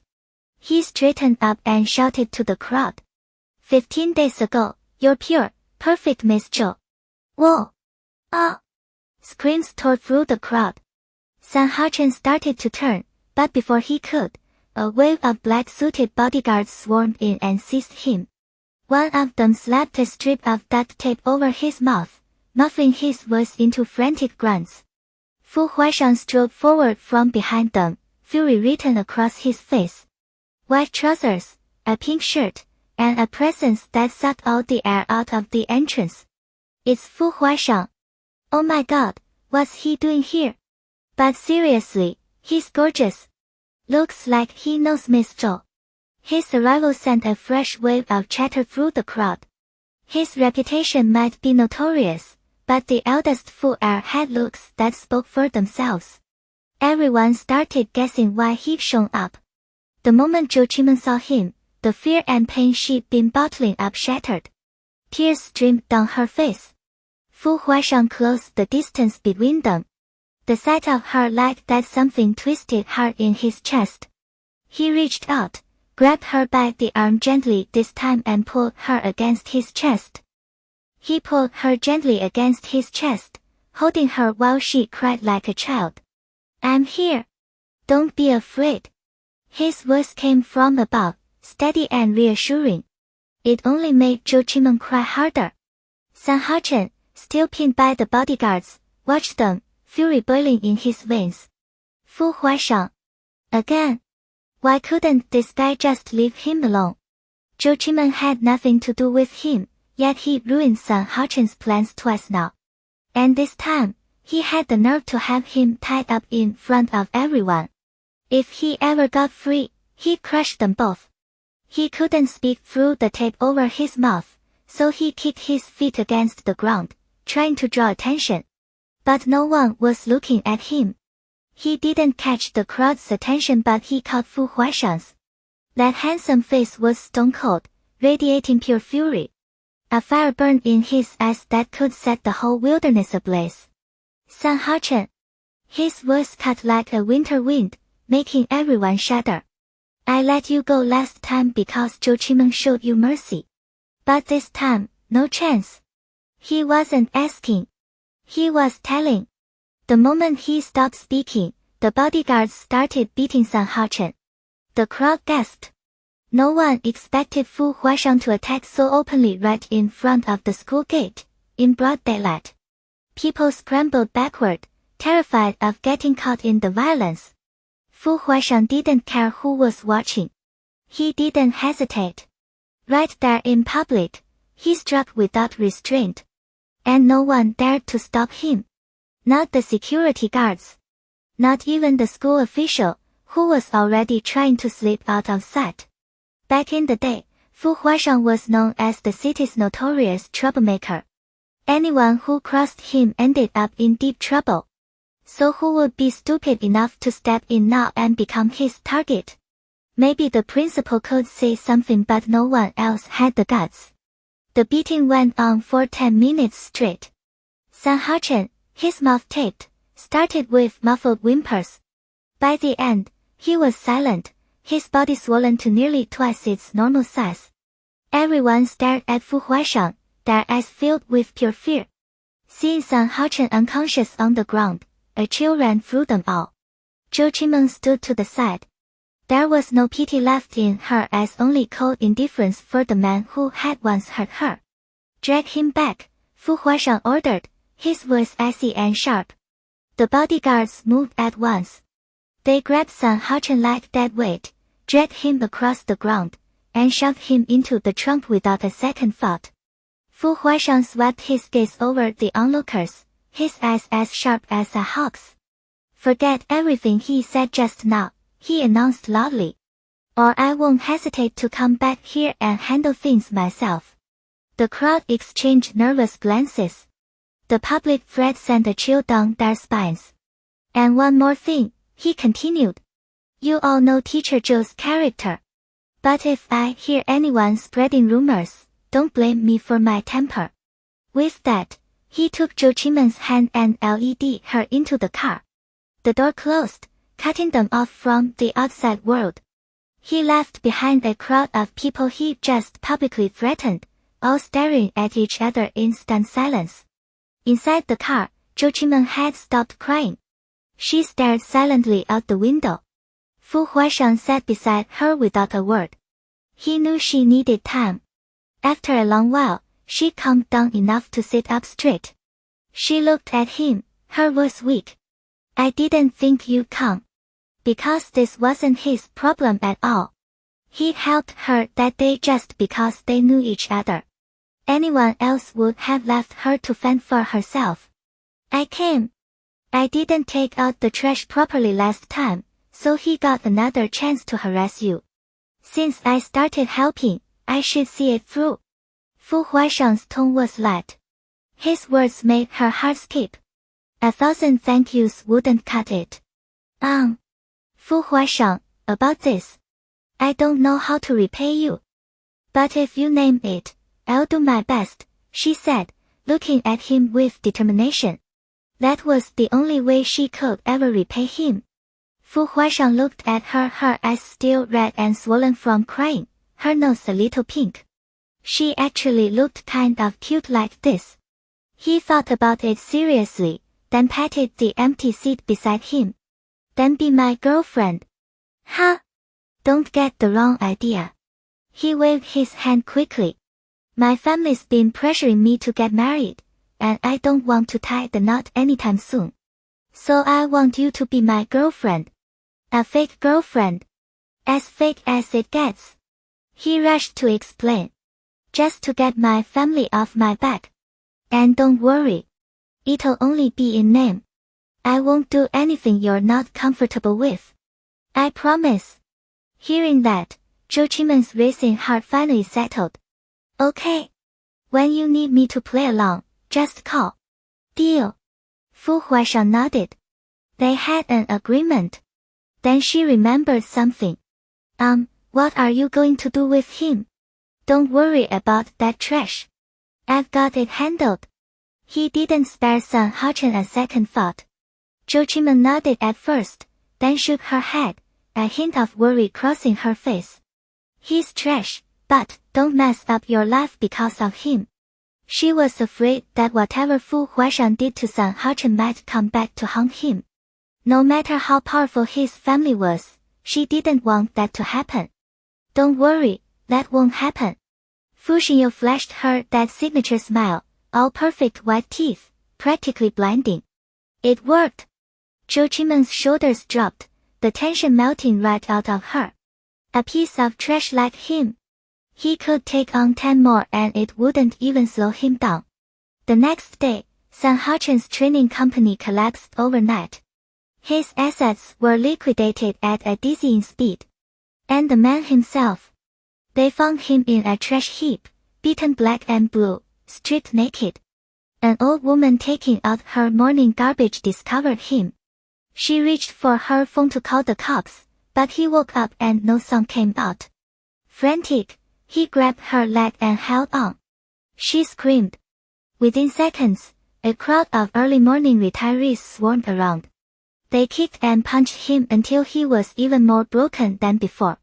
By the time the police hauled him away, Fu Xinyao had already made sure he'd never see the outside of a cell again. When Zhou Qimeng got to school, she still caught a few weird looks. But nobody dared spread rumors anymore. Nobody dared gossip. Fu Consortium. Fu Huaishang had just finished a meeting and walked back into his office. Li Jun followed him in with a report. Sir. Shen Wangzhong's men have been tailing the missus again. Just following, nothing more. She knows about it. Mao Lu handled a few of them, beat them half to death, but they sent replacements the next day. The missus said to leave it alone for now. Let her see what Shen Wangzhong is really after. Fu Huaishang's voice was calm. Do what she says. But make sure she's never in danger. Yes, sir. Li Jun placed the document on the desk. One more thing. Shen Corporation's latest financial statement. Fu Huaishang opened it and began to read. A long pause stretched between them. Then his deep voice cut through the office. The numbers here don't match what Shen Corp filed. Li Jun nodded. No, they don't. Su's funds from country reached Shen's accounts a few days ago, but Shen Wangzhong didn't use the money for the partnership as agreed. They had people inside Shen Corp at every level. Nothing stayed hidden from them for long. Last month, Shen Corp rolled out a series of policies targeting us. The results were disappointing. Shen Wangzhong wants to keep pushing. Fu Huaishang said nothing. There was nothing to say. Almost no one in the business world could shake Fu Consortium's strategy, and Shen Wangzhong certainly wasn't the exception. He thought for a moment, then issued a string of orders. Do the following immediately. First, make sure Su's people know exactly how their partnership funds are being spent. Second, investigate every asset movement Shen Corp has made. Third, I want Shen Wangzhong's recent movements and a full list of everyone he's met. Yes, sir. Li Jun bowed and laughed. Fu Huaishang stared at the financial report on his desk. His face, already cold, turned darker. A dangerous glint flashed in his eyes. Shen Wangzhong. You can play whatever business game you want. But if you touch my wife. His phone rang. He picked it up, and the ice in his eyes vanished. Hey, honey. What are you doing? Yang Zhu's voice came through, easy and bright. Just wrapped up a meeting. You. Just finished lunch. Have you eaten yet? She asked. A smile tugged at his lips. She was worrying about him. Not yet. You're not here, so no appetite. She laughed softly. You're such a clingy guy. Eat lunch now. Tonight I want to take you somewhere, okay? She'd overheard Luo Zhongchen and Shangfu Muse talking about a new food street downtown, full of amazing snacks. All this time, he'd been the one taking her out. She wanted to return the favor. Sounds perfect. I'll pick you up after school. Deal. They chatted a little more, then hung up. He pressed the intercom. Have lunch sent up. Yes, Mr. President. The secretary's reply was immediate, but she couldn't help staring at the intercom. She'd been at Fu Consortium for nearly 5 years, and this was the first time the president had ever called down to order a meal. The company was always swamped with work. He never ate on time. What was different today? It was barely 12:15. She would never guess that the sudden punctuality came from one sentence spoken by the president's wife. That afternoon, during first period, Yang Zhu was in class when Lu Ting, her homeroom teacher, rushed in and pulled her out into the hallway. Yang Zhu, Captain Zhou is here. He says it's urgent, and your phone was off. Captain Zhou was a familiar face from national security broadcasts. Lu Ting had been a military buff her whole life, so she recognized him instantly, no introduction needed. Yang Zhu had silenced her phone during class. I know him, Ms. Lu. Where is he? In my office. Captain Zhou wouldn't come looking for her without a good reason. It had to be something with the website. I need to call Luo Zhongchen. This might involve him. Go ahead, Lu Ting said without hesitation. I'll get him. She fetched Luo Zhongchen, and the three of them headed to the office. Inside, Captain Zhou sat on the sofa, his face grim. Su Shang'an stood nearby, sweat beading on his temples, tension radiating from every line of his body. Footsteps sounded. Captain Zhou stood. They entered. Captain Zhou glanced at Lu Ting. Ms. Lu, do you mind if I borrow your office? Oh, of course, of course. It's all yours. She stepped out and closed the door behind her. Captain Zhou went straight to the point. Yang Zhu, we've got trouble. We need your help. Is it the site? Luo Zhongchen's heart clenched. Had he screwed it up? Yes and no, Su Shang'an cut in, his voice tight. An hour ago, foreign hackers launched an attack on our website. The security system held they couldn't break in. But now they're starting to copy the entire website. We can't stop them. By the time Su Shang'an finished explaining, his voice was barely a whisper. The humiliation burned. All those years of training, and he was completely useless. Go home, Xian. Yun Shu's voice dropped low. On it, boss. Go Hong Xian yanked out his laptop, set it on the coffee table, and sat cross-legged on the floor. He logged in fast. Yun Shu glanced at Hong Duo's office computer and frowned. The hardware was painfully slow. Yun Shu, take mine. Su Shang'an slid his own laptop toward her. Fine. She grabbed it and sank onto the sofa. They both logged into the site and assessed the damage. Exactly what they'd feared. Whoever was on the other side was ripping through the website at full speed, downloading everything, siphoning every scrap of data inside. Yun Shu's head snapped up. Her eyes locked onto Su Shang'an like a blade finding its mark. Her voice went cold. How much did you already upload?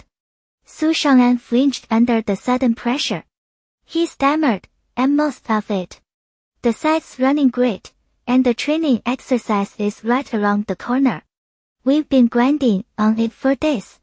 They'd almost finished when the attack hit. Yun Shu gave a single nod, her face blank. No words. Then Gu Hongshuang's voice cut in, tight with strain. Boss, I can't keep up. They're copying way too fast. He didn't even look up. His fingers never stopped hammering the keyboard. Yun Shu's expression hardened to ice. Stay with me. Got it. In that instant, the whole office seemed swallowed by something unseen. The quiet space shattered into a storm of keystrokes, sharp, relentless, like a barrage of gunfire on the front lines. The room heated up. The air thickened. Tension pressed in from all sides. Li Jun watched in silence, his eyes fixed on Yun Shu. A tangled knot of hope and dread churned in his chest. He cursed himself silently. If only he'd managed to recruit the operative codename Number 1. They wouldn't be in this nightmare. He'd seen Number 1's skills up close. Top tier. And that guy knew exactly how to dismantle dirty attacks like this. It wasn't a shortage of military talent. But fighting foreign hackers was a different war entirely. Orthodox methods against every cheap trick in the book. Those overseas criminals didn't play fair. No rules, no warnings. For anyone trained by the book, it was a waking nightmare. That's why Li Jun couldn't stop thinking about Number 1. But wishing was useless now. All he could do was stand there and pray Yun Shu could work a miracle. Su Shang'an watched them work, his heart lodged in his throat. He logged into the site on Hong Duo's clunky machine. The specs were garbage, but it was enough to monitor. He just hoped he could jump in if they needed backup. The keystrokes hammered on, steady as rainfall. 15 minutes straight. Zhihang Fu was completely locked in. But this kind of high-speed, high-intensity grind pushed anyone past their limits. He was right at the edge. His back was drenched. The school uniform plastered to his skin. Dark patches of sweat spread wider by the second. Even so, his focus didn't waver. His eyes never left the screen. Yunshu didn't spare him a glance, but she could read him through the rhythm of his typing alone. He was done. One more minute and he'd hurt himself. Zhihang Fu. Stop. Her voice sliced through the room like a general's command. Absolute. Unbreakable. He froze instantly. His hands were cramping uncontrollably. Veins bulged along his fingers and forearms, twitching.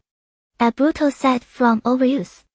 Zhihang Fu turned to face her, guilt flooding his expression. Boss, I'm sorry.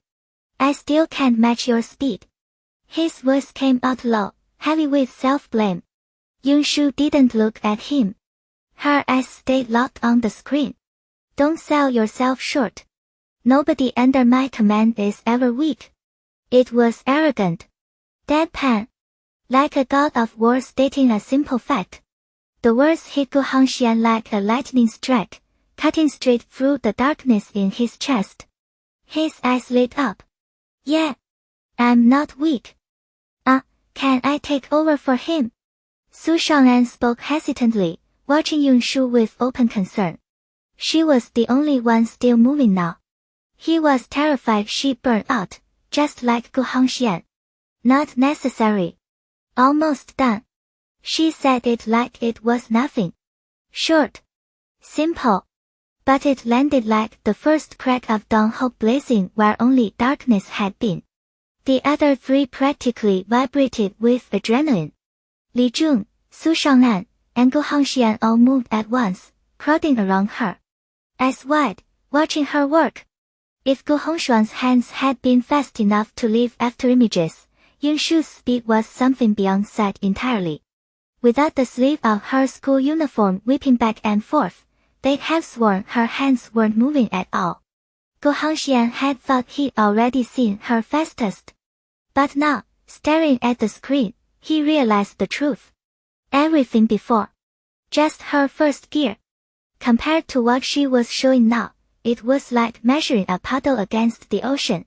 Li Jun stood in silence, but the shock hit him just as hard. He'd come to Yunshu only because the sight belonged to her. He hoped she could think of some way to stop the attack.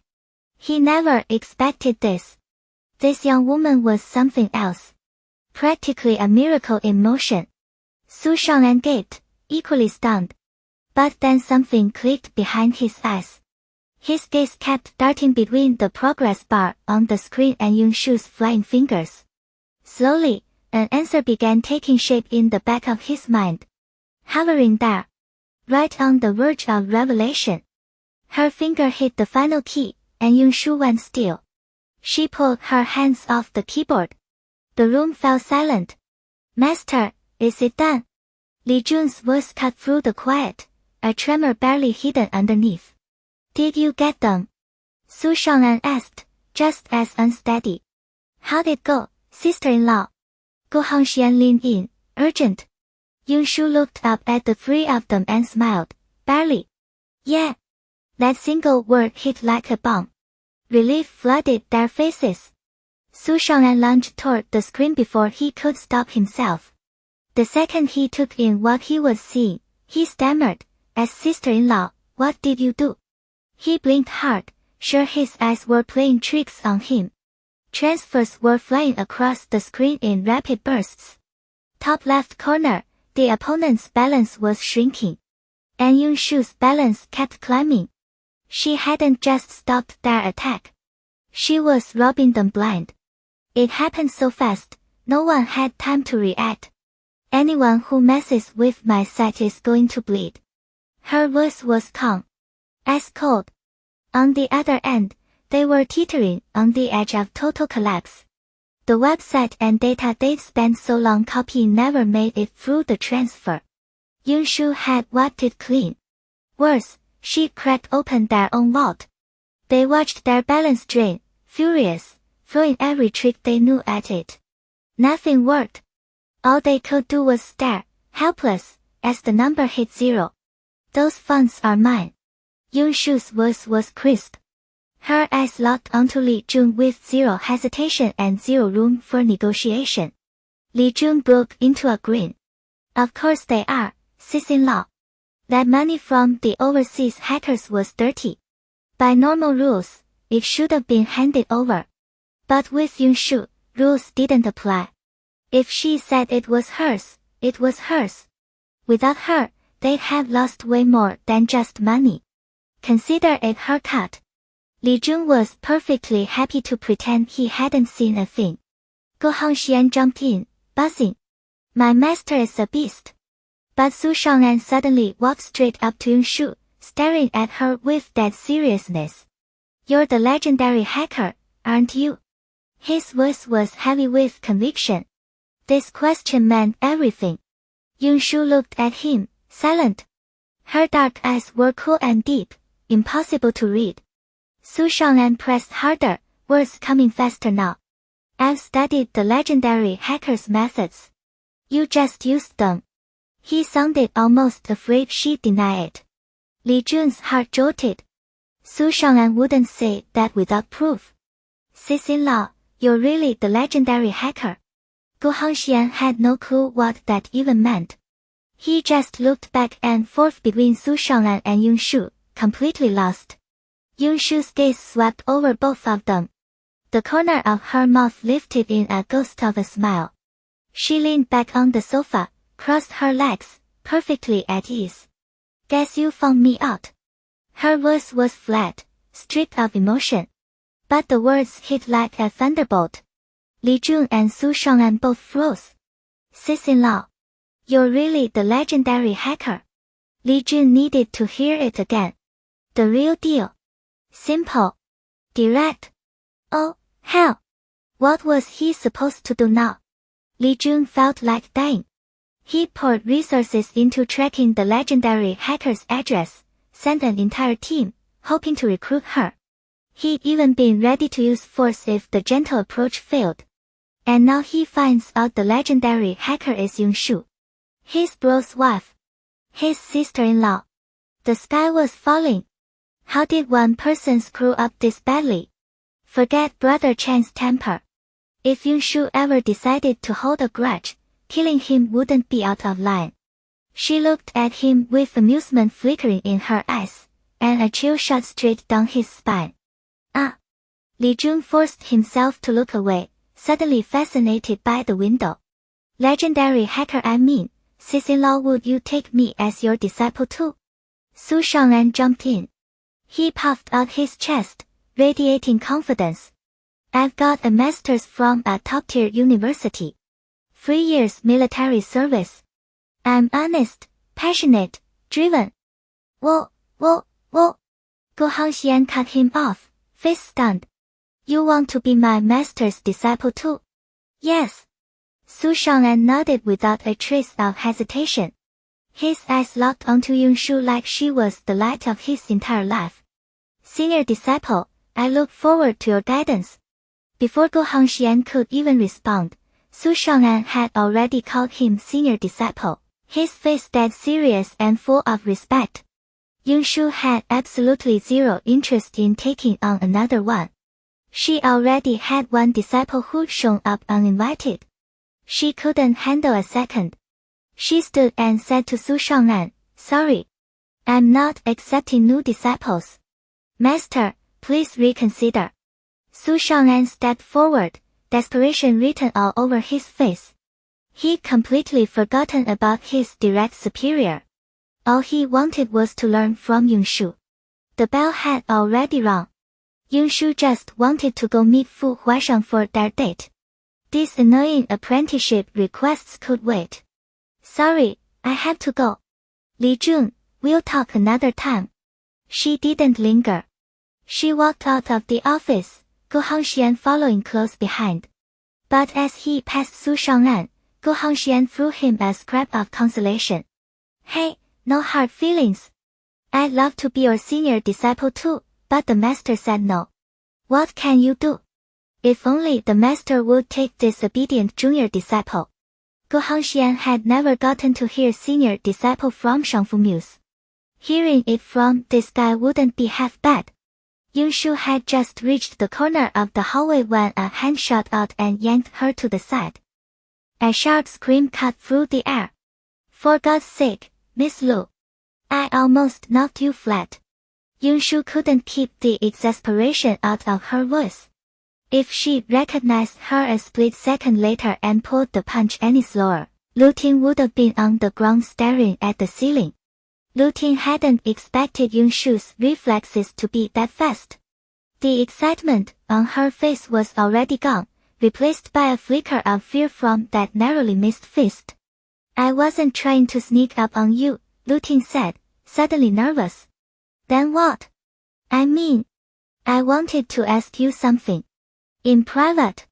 She fidgeted for a second, then blurted it out. Is Colonel Zhou seeing anyone? Not that I know of. Yunshu thought back. She'd had dinner with Zhou Yan. Sat beside him at auctions. Not once had she seen a girlfriend in the picture. The moment the words left her mouth, Lu Ting's entire face went soft, lit up with the kind of giddy joy that made no effort to hide. Oh. Okay. Good. Miss Lu, do you like him? Lu Ting nodded so hard it was almost frantic. Like him?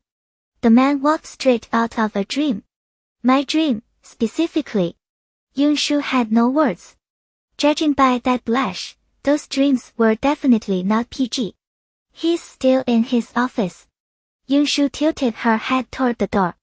That one sentence flustered Lu Ting instantly. She started fussing with her hair, tugging at her clothes. Xinyu. I mean, Yunshu. How do I look? Is this okay?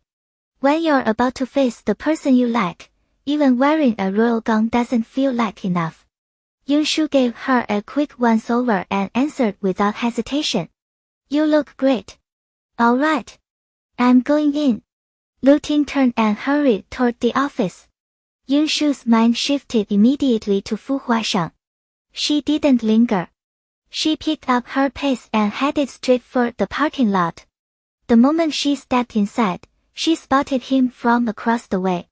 He was tall. His presence was magnetic. Standing beside the car, there was no missing him. Don't run. Slow down. He noticed her rushing and immediately walked toward her, his voice low with worry. Have you been waiting long? He gave her a gentle smile. It's fine. For him, waiting even forever was a choice he'd make without hesitation. An hour meant nothing. They exchanged a smile and slipped into the car together. Yunshu gave the driver the address for the food street. The car pulled out smoothly and headed toward their destination. She turned to the man beside her. I'm taking you to a food street today. You okay with that? Whatever you say, my wife. Wherever you want to go. A brief pause. Then, with a flicker of anticipation in his eyes, he added, but what does this count as a date? Of course it does. After we eat, we can take a walk. She picked that up from Gu Hongxian and Shangfu Muse. They said it helps strengthen the bond between two people. The moment Fu Huaishang heard her call it a date, his handsome face lit up with a smile so bright it nearly blinded her. Even the billion-dollar contract he'd signed that morning couldn't compare to this feeling. The car pulled into the parking lot near the food street. Once it stopped, they got out and walked toward the entrance. The food street was a gathering place for every kind of street food imaginable. People had flocked there to hunt for good eats, men, women, young, old, all packed together. The second they stepped onto the street, Fu Huaishang's striking features and Yunshu's cool beauty pulled every gaze their way. Fu Huaishang wore a simple white shirt, the top two buttons undone. The open collar revealed a glimpse of his sharply defined collarbone. If the suited-up version of him was cold, reserved, and untouchable, this version carried a completely different kind of appeal. Devilishly handsome face. Tall, perfectly proportioned body wrapped in an aura of power. Even in a plain shirt, he stood out in any crowd. Yunshu had on her school uniform. The scars on her face were completely gone now. With time and proper nutrition, her delicate features had emerged, revealing her stunning beauty. Her expression was cool, but the perfect lines of her face made it easy to imagine how breathtaking she'd be if she smiled. The two of them walking together was the very definition of a match made in heaven. The already crowded food street slowed to a crawl as people passed by them. But neither of them cared. This was their date, and nothing was going to touch their mood. Behind them, Li Jun and Shen Yishuang kept their eyes locked onto the couple ahead. They didn't dare blink, terrified of losing sight of them. The food street sold an incredible variety of food. Barbecue, desserts, DIY snacks, and especially meat dishes. Many of them were things neither of them had ever seen before. Fu Huaishang, of course, had grown up eating the finest cuisine. Top-tier chefs had cooked for him since childhood. Yunshu, during her time in X World, had never once bought or eaten from street stalls like this. As an agent, she survived mostly on fast food and whatever was quick. So whenever she spotted something that caught her eye, she bought it. She'd take a couple bites herself, then shared the rest with Fu Huaishang. And he didn't look down on the cheap food at all. If anything, because it came from her, he savored it more than any luxury meal. The food street wasn't just about food. There were also stalls selling little trinkets and handmade crafts. Most of these small items were new to Yunshu. So she wondered, ate, and shopped all at once. The man beside her followed without complaint. Eating when she offered, paying for everything, and carrying every single thing she bought. They made their way from one end of the street to the other. Even with Yunshu's solid appetite, she finally reached her limit. Fu Huaishang, are you full? He'd eaten mostly her leftovers, but there had been a lot of them. He was full too. He nodded. I'm full. Yunshu pointed toward the park at the opposite end of the food street. Come on. I'll take you to the park. Shangfu Muse had told her about it. The park across from the street was newly opened, with hardly any people perfect for holding hands. Okay. He nodded, fully cooperative. Right now, if she told him she wanted to take him up to the sky, he would have followed without a second thought. The park was brand new. Most people didn't even know it existed yet, so it was practically empty. They strolled through the park, chatting as they went, occasionally picking up one of the little knickknacks they bought and fiddling with it. Time seemed to slow down around them. Finally, no more shoving through crowds. Shen Yishuang let out a long, relieved sigh. The food street had been packed. A place like that was crawling with potential trouble. Fu Huaishang and Yunshu could both handle themselves, there was no doubt about that. But as their personal assistants and bodyguards, Li Jun and Shen Yishuang still couldn't stop worrying. Li Jun, are Shen Yishuang's men still tailing Madam? Lu Ting asked. Li Jun gave a short nod. If I ever get bored, I'll swap jobs with you. Lu Ting rubbed his hands together. Li Jun shot him a flat stare. If you're itching for a fight, go join Madam for morning training. Hell no. That's not training, that's a one-sided beatdown. He wasn't stupid. Li Jun was in better shape than him, and even he came back bruised after sparring with Yunshu. If Lu Ting went, he'd crawl back to the office half dead. Then a sly grin crept across his face. Think of it this way, Li Jun. Morning training with Madam sharpens your skills. Don't let a golden opportunity like that slip away. Li Jun ignored him and strode off. Lu Ting shrugged and followed. In a corner of the park, a crew of thugs huddled together. Boss, what do you think? One of the younger thugs grinned at the Mediterranean man, who was sprawled across a stone bench with his legs crossed and a cigarette dangling from his lips. The boss scanned the area, then nodded. Not bad. This turf's got profit written all over it. The thug beamed. Right, boss. We shake down all the lovebirds who come here to make out. And if we spot a pretty girl, he flashed a greasy smile, kill 2 birds with 1 stone. The Mediterranean man's face darkened. Another thug, sharper, jumped in fast. Mao Lo. You forgetting who runs this crew. Any good-looking chick goes to the boss first.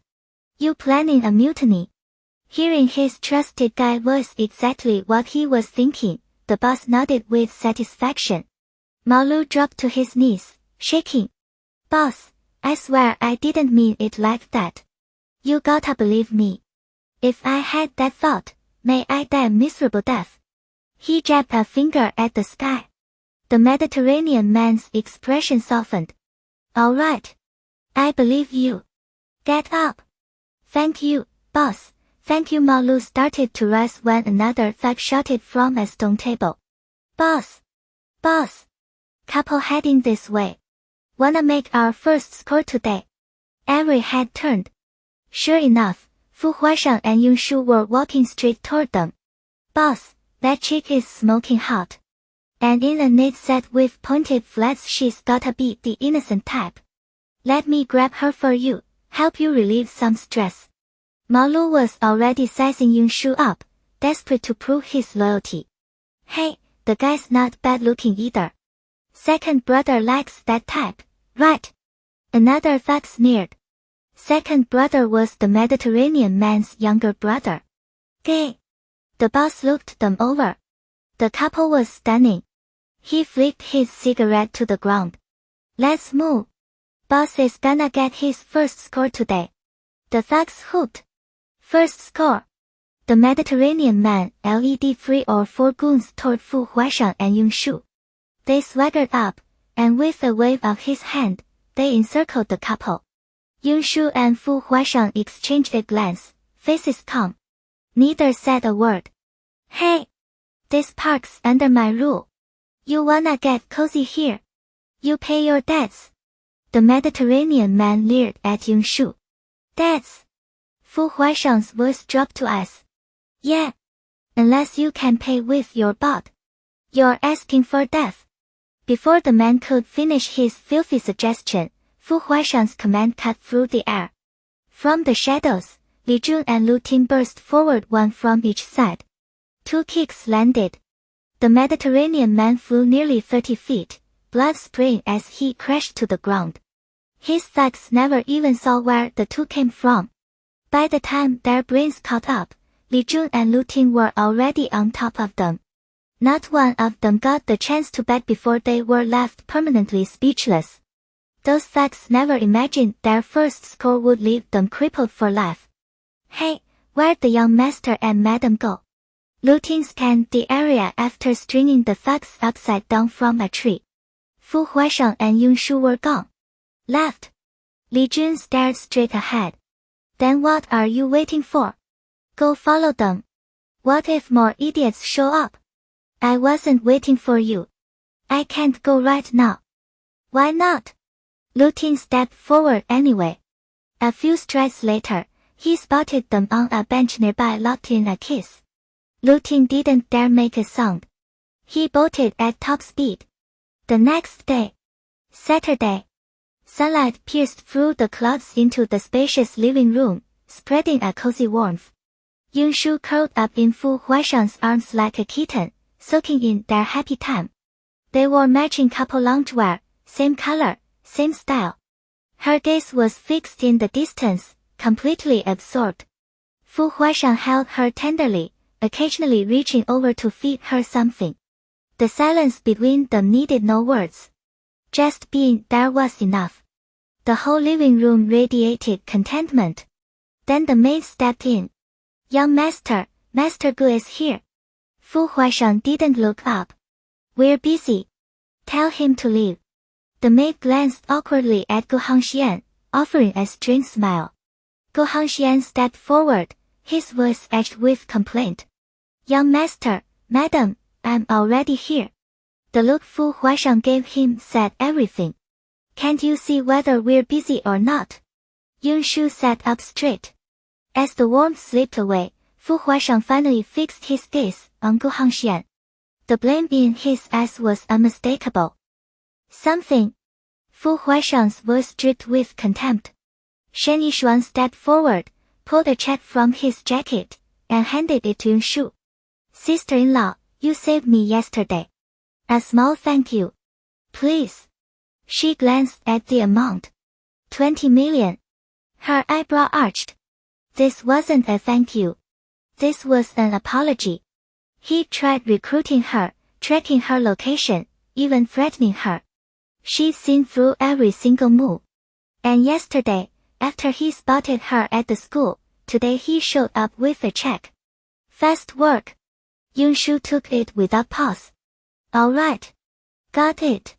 The moment her fingers closed around it, Shen Yishuan let out a breath he hadn't realized he'd been holding. Fu Huaishang had seen the number 2. His voice chilled. Next time you need your sister-in-law's help, double it. Shen Yishuan eased back as Su Zhongyuan set tea in front of him. He took a sip. Of course, brother Huaishang. Your wife has skills money can't touch. With Yunshu's personality, if she wasn't willing, no fortune on earth would earn you even a glance. All right. We're busy. You should go. Fu Huaishang didn't soften the dismissal. It was the weekend. Yunshu had no class. For once, he had no meetings, no calls, nothing to handle. He wanted quiet time with her. No interruptions. Yunshu actually blinked at his bluntness. Shen Yishuan muttered under his breath. Brother Huaishang, you're way too eager. Once the living room was theirs again, Yunshu spoke. Don't you think that was a little harsh? No. They had grown up together. He knew every one of them inside and out. Fine. Your brothers. Your call. Yunshu settled back against Fu Huaishang's chest. Along with her now, the CEO's lips curved into a smile he couldn't seem to stop. As soon as he left Fu Huaishang's villa, Shen Yishuan messaged Zhou Yan. Now I get what you meant about brother Huaishang having no eyes for anyone except his woman. He barely set the phone down when a new message buzzed through. From Mu Yun at the academy. Shen Yishuan, do you have time today? There's something regarding you I'd like to discuss in person. His sister-in-law's teacher. Yesterday, she'd been interrogating him with military questions. What now? He typed back. What kind of matter? Mu Yun, the kind you only say face to face. Shen Yishuan, where? Mu Yun, a coffee shop on Central Street. Shen Yishuan, fine. In the basement of a villa on the city's outskirts, the air set thick with chemical fumes. Dr. Leon stood at the lab table, carefully drawing the solution he had prepped the night before into a clear syringe. The liquid glowed an unnatural electric blue, as if it held some volatile secret. Nearby, Shen Wangzhong watched the syringe with a fixation that bordered on obsession. To him, that blue fluid wasn't just a compound. It was the key to everything he wanted. Dr. Leon kept the filled syringe, and together they left the basement, riding the elevator up to the villa's 3rd floor. Unlike the polished luxury of the lower levels, the 3rd floor was a raw, unfinished shell. Concrete dust coated the floor. Scraps of construction debris lay scattered everywhere. They picked their way across the mess and stopped in front of a room. A burly bodyguard pulled the door open. The stench of decay hit them immediately. Another unfinished room. In the center sat a large bed. Its sheets, once white, had gone a filthy gray-black. And on that bed lay a woman. Zhou Qimeng. Her lifeless eyes stared at the ceiling, her soul long gone. Her arms and legs were bound to the bed's 4 corners, leaving her completely helpless. Only a few tattered strips of cloth covered her. Bruises and raw wounds mottled every inch of exposed skin. Prolonged, brutal torture. No other way to describe it. Zhou Qimeng didn't react to their footsteps. Her focus never left the ceiling. Dear, Leon walked to her side, pulled an alcohol swab from his coat, and cleaned a spot on her arm. Then he pressed the needle in and emptied the syringe. All of it. The blue liquid vanished into her body. Shen Wanzhong watched, breath held, afraid to blink. When Dr. Leon pulled the needle out and stepped back to the foot of the bed, Shen Wanzhong's heart slammed against his ribs. He clenched his fists, waiting for good news. Seconds dragged. After about a minute, Zhou Qimeng finally stirred. At first, only a faint tremor ran through her. Barely visible. But as the seconds stretched, the trembling intensified until her entire body convulsed, like she'd been hit by a live current. Dr. Leon, is this normal? Shen Wanzhong asked. Leon's expression darkened. He gave a nod, then shook his head. Before Shen Wanzhong could ask what that meant, Leon shouted, "No!" The instant the word left his mouth, Zhou Qimeng's body collapsed. Blood gushed from her mouth and nose, soaking into the sheets beneath her. Then blood began trickling from her ears and eyes. A horrifying, impossible sight. Leon rushed forward, but by the time he reached her, Zhou Qimeng had already stopped breathing. Shen Wanzhong stepped closer, unable to accept that after all the waiting, this was the outcome. Dr. Leon, did it fail? Zhou Qimeng was nothing more than a lifeless object at his feet now. Her fate didn't interest him. Only the experiment mattered. As far as he was concerned, she'd been dead for a long time already. Failed, Dr. Leon's voice barely came out. But inside, his mind raced. He tested this formula on countless rats. Even when it failed, he had never seen anything close to this level of catastrophic breakdown. He bent down, carefully studying where blood had seeped from her body's orifices. Dr. Leon wiped a smear of blood from the corner of Zhou Qimeng's mouth with a gloved finger, lifted it to his nose, and inhaled slowly. He frowned. No. Let's smell. He straightened, gaze cutting to Shen Yishuang. Has she taken any medication in the past 2 days? Shen Yishuang didn't hesitate. Get in here. The bodyguard outside the door hurried inside. Boss. Has Zhou Qimeng taken anything? Any meds in the last 2 days? Shen Yishuang repeated Leon's question. The bodyguard's brow furrowed. She only got back from Chairman Li's place last night. We don't have the full picture. But I've heard Chairman Li likes to use substances. Dr. Leon's expression darkened. Zhou Qimeng had never stopped scheming from the moment Shen Yishuang locked her away. She kept playing her connection to his father, maneuvering for Shen Group shares, aiming to become a major shareholder and force Shen Yishuang out. To get there, she used her body on a guard. Then she aligned herself with several board members to strip his power at the next meeting. Shen Yishuang found out. He made sure she'd never rise from a bed again. After that, Zhou Qimeng was handed off to shareholders and business partners used, degraded, shattered. That was why she now lay there, half out of her mind and covered in wounds. Dr. Leon glared at the bodyguard. What kind of drug? I need exact ingredients and effects. It could alter the entire result of his experiment. Shen Yishuang understood instantly. Find out exactly what Chairman Li used. Now. Yes, boss. The bodyguard rushed out. Shen Yishuang stepped closer, his voice tight. Dr. Leon, will the drug affect the final result? Leon nodded. Any medication or trauma can skew the outcome. That's why I told you before the subject must remain stable for the experiment to succeed. A flicker of hope crossed Shen Yishuang's face. Leon killed it in the next breath. But there are no guarantees. Even without drugs or injuries, the human body introduces countless variables. I'll do everything I can. If her individual physiology resists, there's nothing I can do. Shen Yishuang had poured years into this plan. He'd bet everything. Disappointment cut through him, but he told himself Leon was only describing the worst case. Just focus on what you can control, dear Leon. I won't hold you responsible. Leon nodded. Then I'll head to the lab now. Zhou Qimen might be a failed experiment, but the drug reaction had exposed deeper problems he needed to address immediately. Given Shen Yishuang's investment and intensity, Leon knew the man's forgiveness would vanish if the research collapsed. Go ahead. Shen Yishuang watched him leave. He turned back to Zhou Qimen, sprawled lifeless on the massive bed, and his expression went cold and unreadable.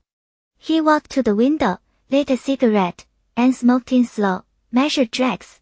Smoke swallowed him whole. The cigarette burned down fast. When he turned around, something in him had shifted. A sick smile crept across his face.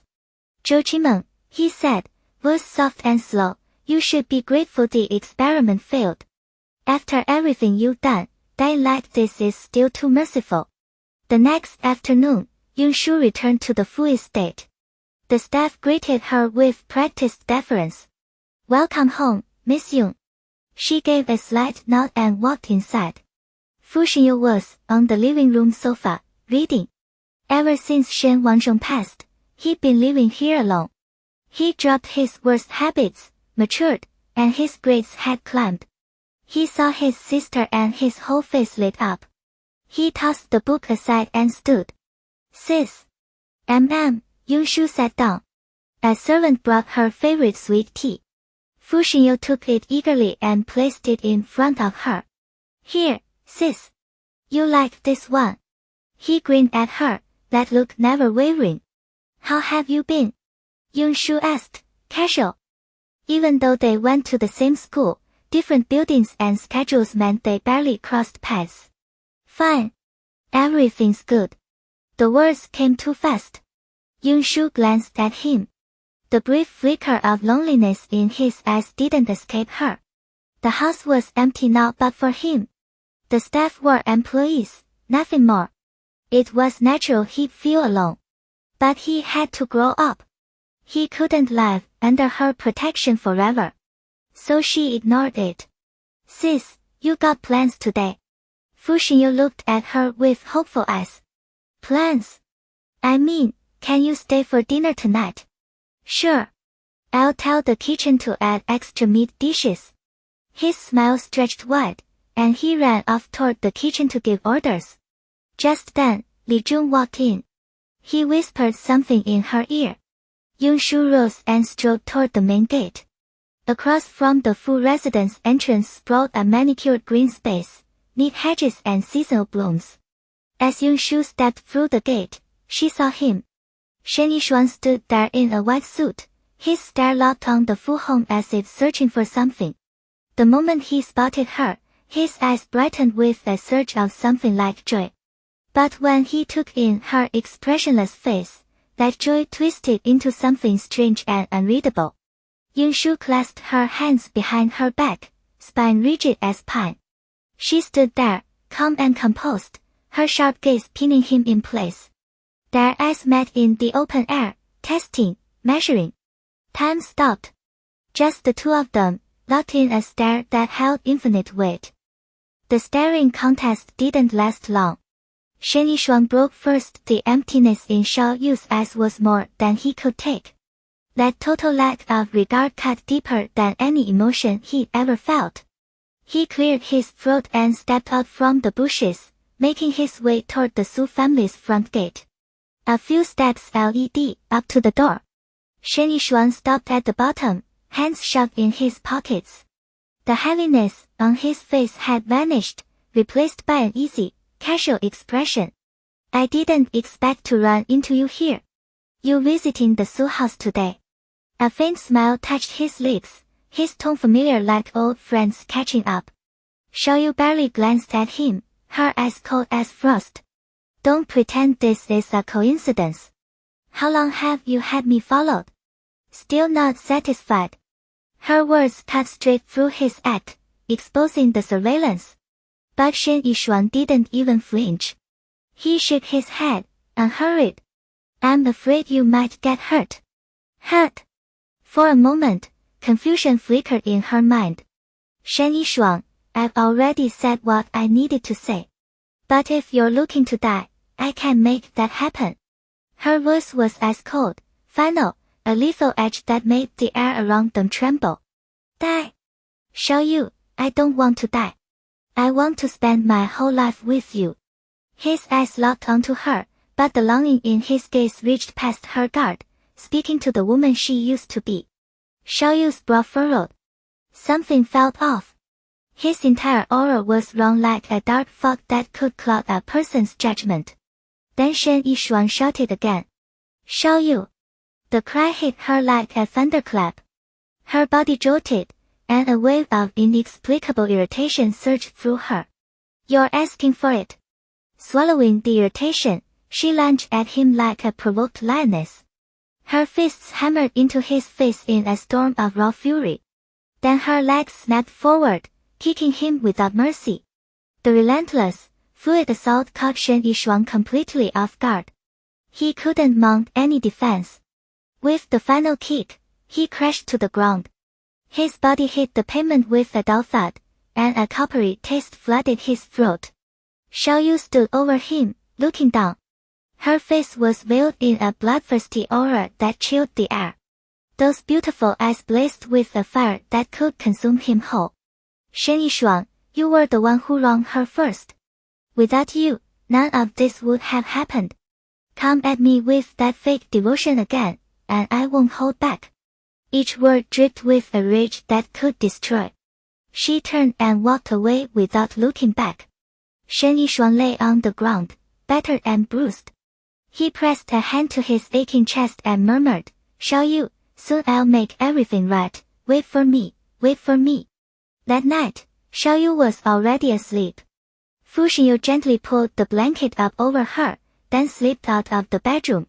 The study was silent, heavy with tension. Even breathing felt muffled. Li Jun stood rigidly by the desk, his posture stiff under the lamplight. Fu Xinyu sat behind the desk, his face a mask of ice-cold composure. Li Jun reported what had happened that afternoon outside the Su family home. As he spoke, Fu Xinyu's expression darkened.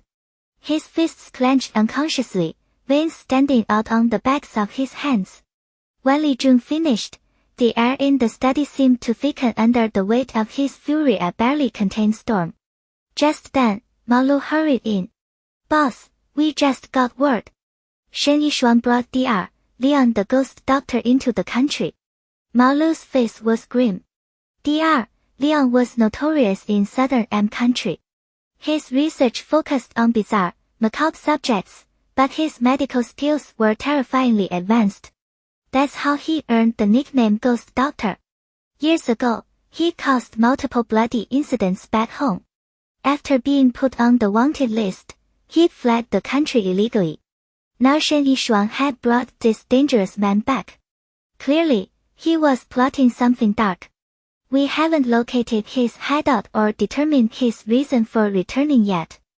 Fu Xinyu's mind connected that to the conversation Xiao Yu had with Shen Yishuang earlier that afternoon. A knot of unease tightened in his chest.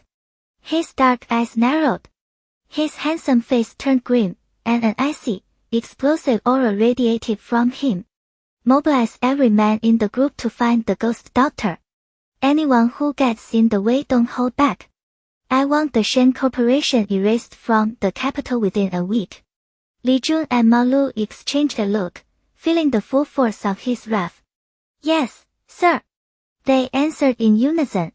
Fu Xinyu's gaze swept over them, sharp as a hawk's.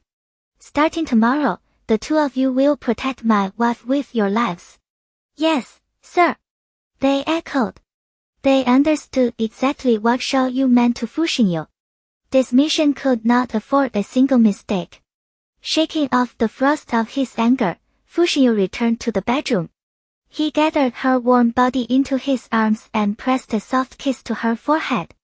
Sweet dreams, wife. That night, Xiao Yu didn't sleep well. In her dream, she kept running but could never reach where she wanted to go. It was as if she was trapped in a confined space, unable to move.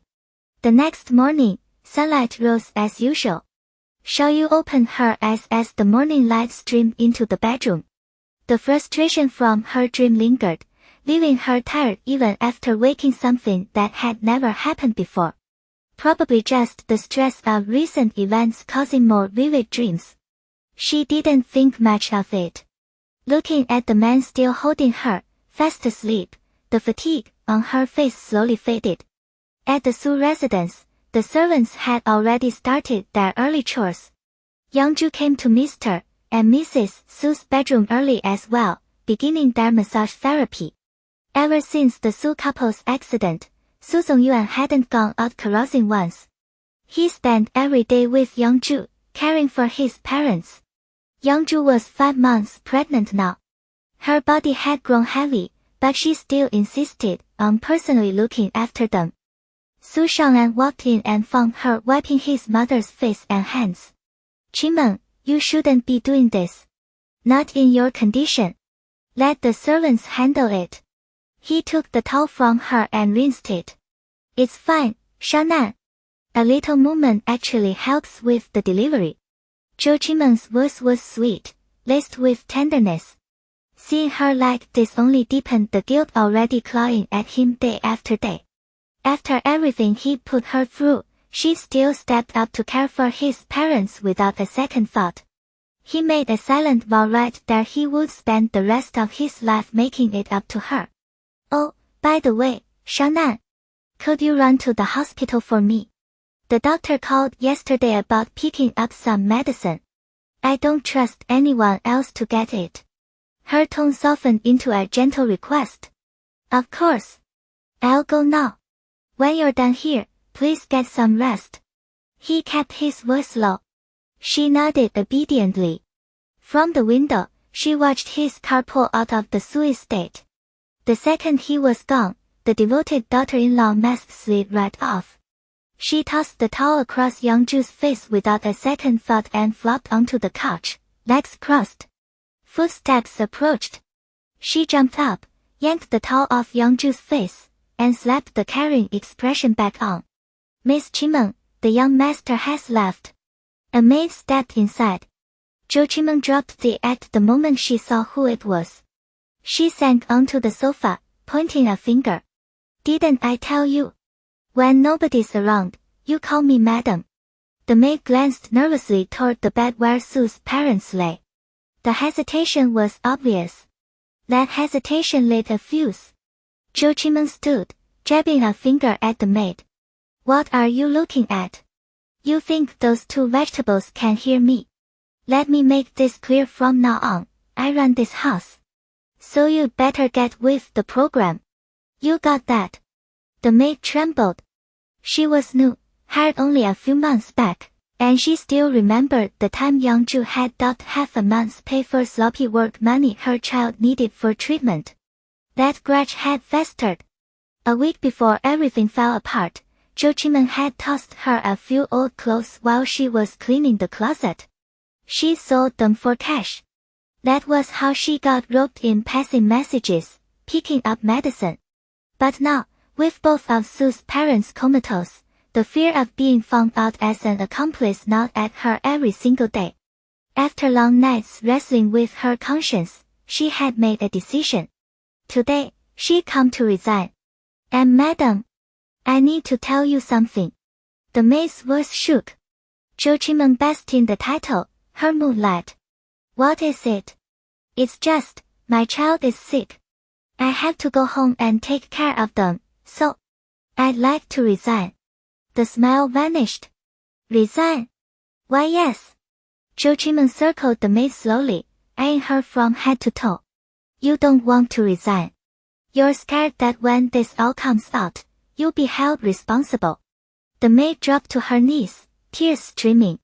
"Please, madam, show mercy. I'm just a worker. I helped you before. Please let me go. I have a child. If you let me resign, I'll leave the capital and never come back. I'll forget everything. I'm begging you." Her sobs turned into a desperate plea. But Zhou Qingmeng had never been merciful. She hadn't cared when her own brother begged for his life. Why would she care about a maid? "Fine. Go. Zhou Qimeng smiled a smile soaked in poison. The maid froze, shocked, then bowed repeatedly. Thank you, madam. Thank you. Don't thank me yet. The moment you step out that door, I'll have someone bring your child here. You know I can do it. Zhou Qimeng spoke slowly, each word a shard of glass. The maid's legs buckled, and she collapsed again. She knew Zhou Qimeng meant it. 2 pills had already destroyed Su's parents. Once you're on my boat, the only way off is over my dead body. Zhou Qimeng's eyes were ice, fixed on the trembling woman below her. She couldn't afford to let someone this dangerous slip away. Only under her watch was it safe. Wipe your tears and get out. Remember you don't go anywhere. Got it? The maid had no choice. She obeyed and left the room. She could risk her own life, but not her child's. Just then, Yang Zhu's finger, the one hidden under the blanket, twitched. Zhou Qimeng, sitting directly opposite, caught it. She rushed over, staring at the face. She slapped it a few times, but there was no other movement. Just a reflex, she told herself. Her eyes dropped to the finger that had moved. With a flicker of resolve, she grabbed it and snapped it clean. Trying to wake up? Not a chance. She walked out and back into the bedroom she shared with Su Shangran. Pulling out her phone, she opened the chat window from when she got the medicine last. Her fingers began tapping. When Su Shangran returned, he found Zhou Qimeng slumped in a chair in his parents' room, looking utterly exhausted. He scooped her up gently, carried her to their bed, and tucked her in. The door clicked shut. The moment it did, Zhou Qimeng's eyes snapped open. No sleep. All sharpness. Late that night, while the house slept, someone crept into Su's parents' room. Light footsteps. A quick scan of the space. Then, satisfied it was safe, the intruder began rearranging things. 10 minutes later, they moved to leave. But the sound of a door lock made them freeze. They ducked out of sight. A heavier figure lumbered to the bedside, slapped both unconscious faces, then fiddled with the nightstand. When the heavy figure left, the hidden one came out to inspect. The cup that had been sitting on the nightstand. Gone. The sheets beside Fu Huaishang were cold. He pressed his palm flat against them and sat up. She was already gone. A servant informed him Zhou Qimeng had left for the hospital. A prenatal checkup. He exhaled slowly. Still pushing herself, still playing the devoted wife. Fine. He would handle his parents alone today. He brought a basin of warm water into the master suite and began washing their faces. Methodical. Gentle. He moved to Yang Zhu's hand and ran the cloth between her fingers. Then he stopped. Her index finger was swollen. Badly. And the swelling had a rawness to it, a heat that wasn't normal inflammation. He reached for his phone. His hand closed on nothing. He left it in his bedroom. The door creaked open behind him. The maid froze mid-step. The same one Zhou Qimeng had threatened the day before. She recovered fast and lowered her head. Young master. Fu Huaishang didn't look up. Good timing. My phone's in my room. Bring it here. Right away. She returned less than a minute later.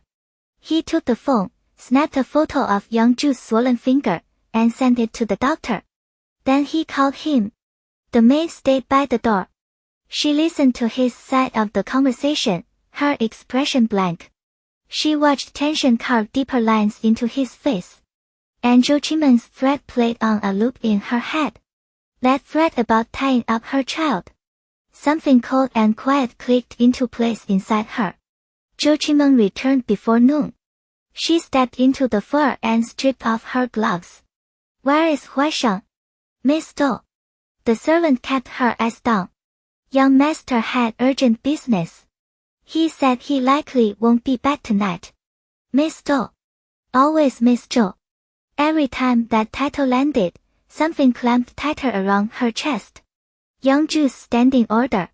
Every servant in this house called her the same thing, and she could not undo it. And now he might not come home at all. The fury ignited white hot behind her ribs. She stormed toward the bedroom, ready to hurl the first object she found. A knock stopped her before she could reach the teacup. Another maid stood in the doorway. Miss Do. The master and madam need to be repositioned. As if she needed the reminder. A coma patient couldn't stay in one position without bedsores eating through their skin. Everyone knew that. I'm aware, Zhou Qimeng said. She wanted to scream in the woman's face. But she was the devoted daughter-in-law. She had to stay in character. She swallowed the fire and walked to the couple's room. They lay motionless. As always. She locked the door behind her. Hard. Then she went into the bathroom and came back carrying a bath towel, thick and heavy. Folded tight around something solid. She walked straight to Yangju's bed. Reposition you. Let me show you how I do that. She swung the towel down like a club. Yangju's body jolted against the mattress. Hang in there, Yangju. Live a nice long life. If you go too soon, who am I supposed to take this out on? Each blow made the unconscious woman's limbs jump. The force behind them was vicious, shoulder deep, no restraint. Then Zhou Qimeng turned. She crossed to the other bed and looked down at Su Zhongyuan. You two deserve to die. But don't expect it to be quick. Her voice was almost conversational. If you'd never tried to throw me out, we wouldn't be standing here. You're my child's grandparents. But you pushed me first. So don't blame me. Blame yourselves. She raised the towel again. I'll take you apart one piece at a. The door crashed against the wall. Zhou Qimeng nearly jumped out of her skin. She shoved the towel behind her back and spun around. Huaishang. I thought you'd gone out. Her voice tripped and tangled in her throat. His face stopped her cold. He crossed the room in 3 strides and seized her by the neck. His fingers locked around her throat. Every muscle in his body was a live wire. The urge to end her was not a thought. It was a physical thing. Her airway shut. Her eyes bulged. She clawed at his arms. His grip didn't loosen. Her vision doubled, bled together, went gray at the edges. The room dimmed. She was certain she was about to die. As water hit her face and soaked straight through her blouse. Zhou Qimeng gasped herself back to consciousness. Fu Huaishang stood above her, fury blazing red in his eyes. Huaishang, while she coughed and tried to drag herself toward him. Her fingers reached for his pant leg, but her limbs were still half dead from the lack of oxygen. Her hand barely grazed the fabric before he kicked her back. Zhou Qimeng. His voice was poison, low and controlled. All this time. You played me. Like I was an idiot. No Huaishang, let me explain. I can't explain. Shut your mouth. He bent down and picked up the towel sheet hidden behind her back. He unfolded it. Inside sat an iron block the size of a man's palm. Clever. He turned it over in his hand. Wrap iron in a towel and you don't leave visible bruises. Your heart is nothing but rot, Zhou Qimeng. He had felt guilty. Genuinely guilty for how he'd been treating her. Then he saw the footage from the hidden camera. He watched her pace between his parents' beds, ranting like a lunatic, swinging that towel. And in that moment he wanted to strangle her for real. Terror locked her limbs. How much had he seen? When had she slept? Huaishang, it's a wellness exercise. The elderly people at the park, they tapped themselves with sticks. I was helping them. Their muscles are atrophying from lying down so long. You have to believe me, I was helping them. Still lying. His voice was flat. Even now. He turned toward the door. Get in here. Zhou Qimeng's gaze shot to the doorway. Her blood went cold. The maid. The one who had quit yesterday. The one she had warned. The maid walked in with her chin held high. Young master, I'm prepared to testify. Zhou Qimeng drugged your parents. That is what put them in comas. You're lying. Zhou Qimeng's shriek tore through the room. I never did that. The maid didn't flinch. I know exactly what I saw. Last night I placed a hidden camera in this room. I watched you come in after midnight. I watched you beat them. And then I watched you drug them all over again. I found the cup you used to drug them. It was in the closet. And I gave the recording to Mr. Su. The maid's voice shook, but she held her ground. She only ever wanted to leave the Su household, to walk away from this nightmare. But Zhou Qimeng had threatened her child. What parent wouldn't do anything to protect their kid? Last night, she'd hidden a camera. Just a precaution insurance, in case Zhou Qimeng tried something worse. She never planned to use it. But this morning, when she saw the raw panic on Su Zongyuan's face over his parents, she knew giving him the evidence was the right thing. So she told him everything. And that's why he pretended to leave to smoke Zhou Qimeng out, make her reveal her true colors. Now Zhou Qimeng's eyes went wide. The maid had sold her out. A hot wave of fury crashed over her. She should have killed her yesterday. Zhang Zhaiyuan, listen to me. Zhou Qimeng scrambled across the floor, her voice cracking. She set this up. She's been pretending to be me the whole time. Your mother punished her, so she wants revenge. She pointed a shaking finger at the maid.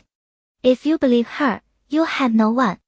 No one to take care of your parents. That's her plan. You have to trust me. Shift the blame. It was her only chance. She'd never turn on the light when she entered the room. Her face wouldn't be on any recording. She could still squirm out of this. Su Zongyuan let out a cold, humorless laugh. Zhou Qimeng, do you think I'm an idiot? He pulled her phone from his pocket, swiped to the screenshot of the drug purchase, and shoved it inches from her face. What do you say to this? Did she pretend to be you here too? The chat log was damning.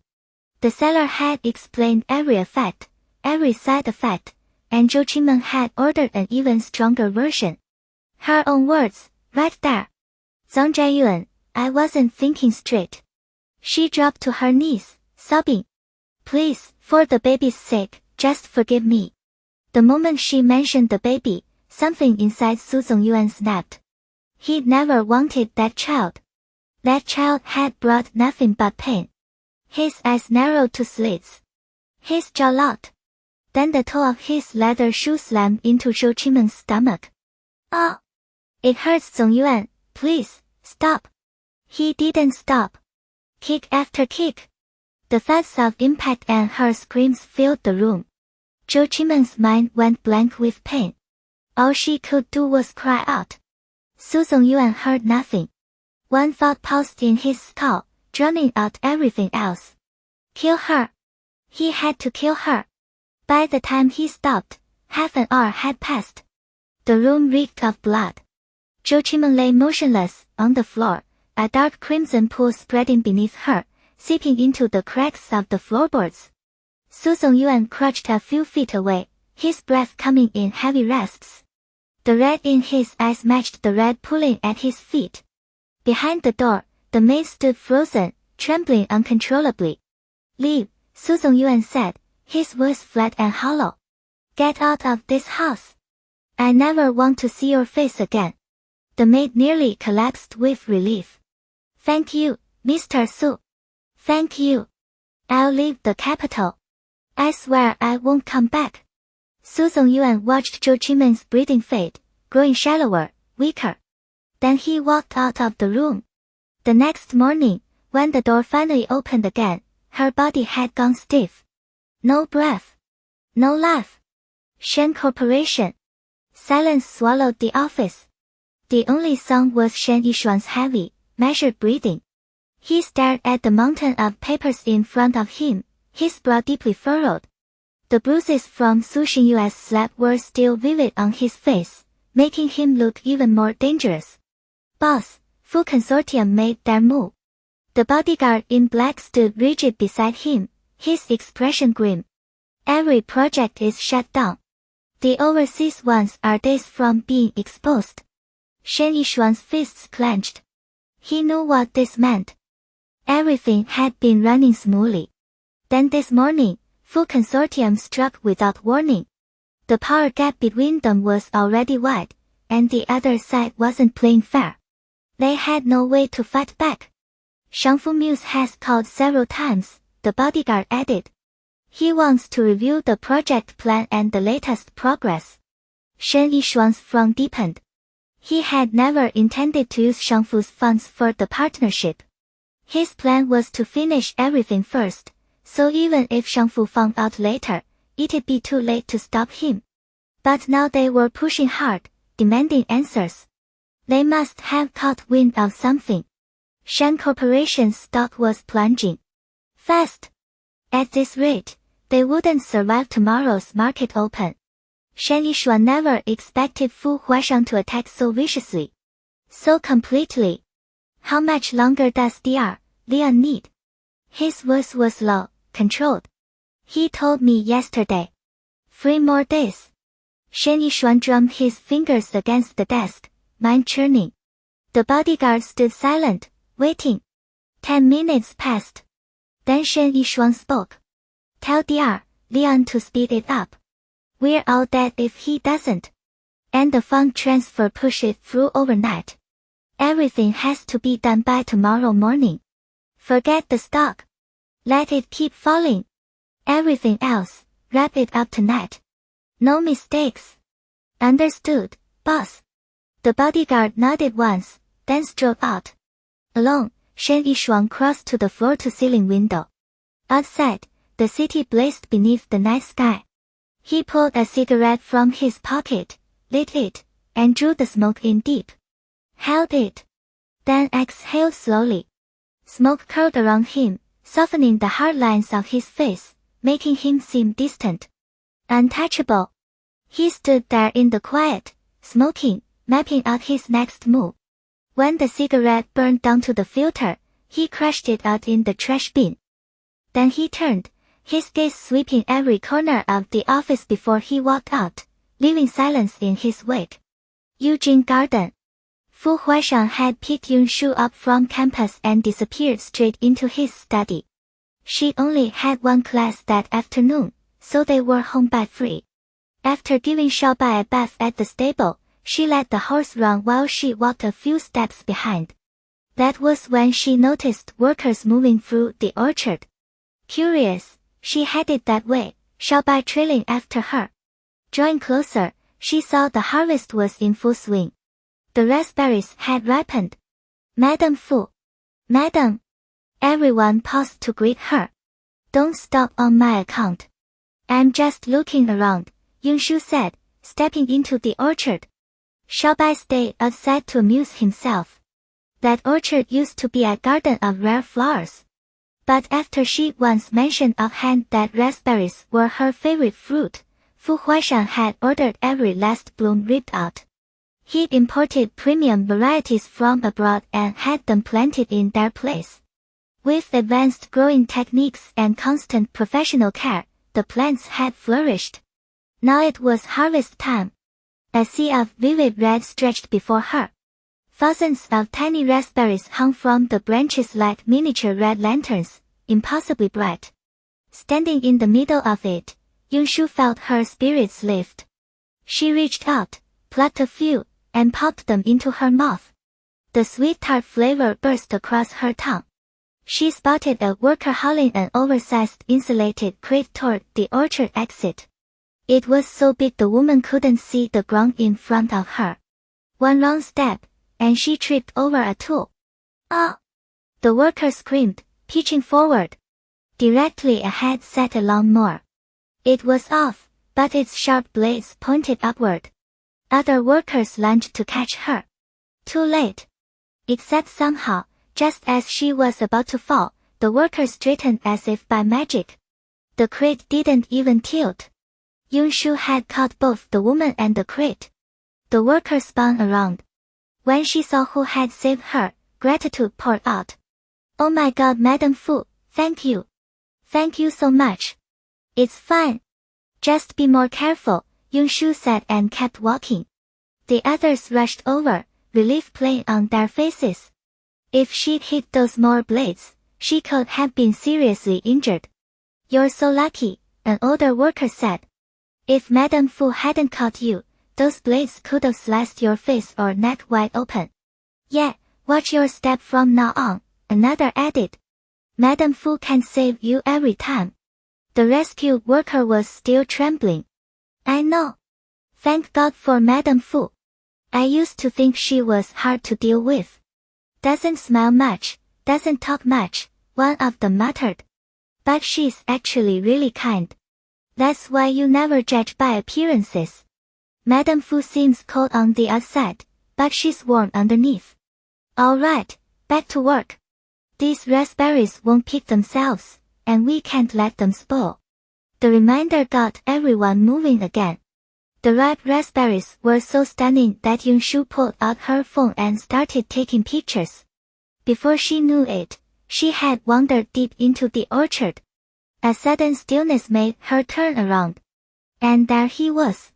Fu Huaishan stood a short distance away, tall and steady, a smile flickering in his eyes as he watched her. You finished with work. She walked toward him. He nodded, his dark gaze fixed on her alone. What brought you out here? I just wandered in. The raspberries are gorgeous when they're ripe. She plucked one and lifted it to his lips. Good, right? He chewed, then nodded. Yeah. Good. Want me to taste another one, wife? No, I've already been eating them. She didn't even finish the sentence before his strong arms wrapped around her waist. In the next heartbeat, he leaned down and pressed his lips to hers. The rich raspberry flavor flooded her mouth, sweet and intoxicating. It felt like all that sweetness poured straight from his kiss, sending her pulse racing. After about 15 seconds, he slowly pulled back. A wicked smile curved his lips. Tastes completely different when I share it with you. Perfect. A soft blush crept across Yongshu's cheeks. She shot him a mock glare. This man was getting way too good at these little moves. I want to check out that section over there. Come in.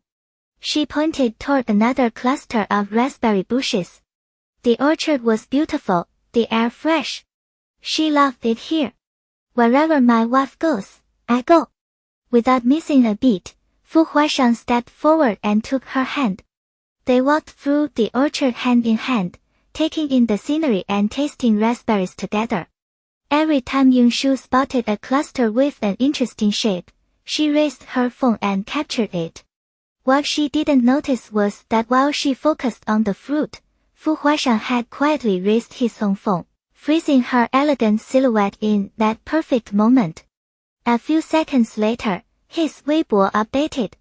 Wife takes photos of raspberries. I take photos of my wife. Stunning. The attached photo showed Yongshu from behind, wearing light blue straight-leg jeans and a cream t-shirt, her back to the camera as she focused on the raspberries. Sunlight filtered through the thick branches, casting dappled shadows that seemed to glow around her. A gentle breeze lifted her high ponytail, and there in the middle of that raspberry orchard, she looked utterly at ease, beautiful and completely content. After Fu Huaishan's last Weibo post, a ton of people had pinned his account. So the second he put up something new, the comments exploded into the thousands within about 3 seconds. Wait, Fu Huaishan is married. He has a wife. Everyone online was completely thrown off by that word.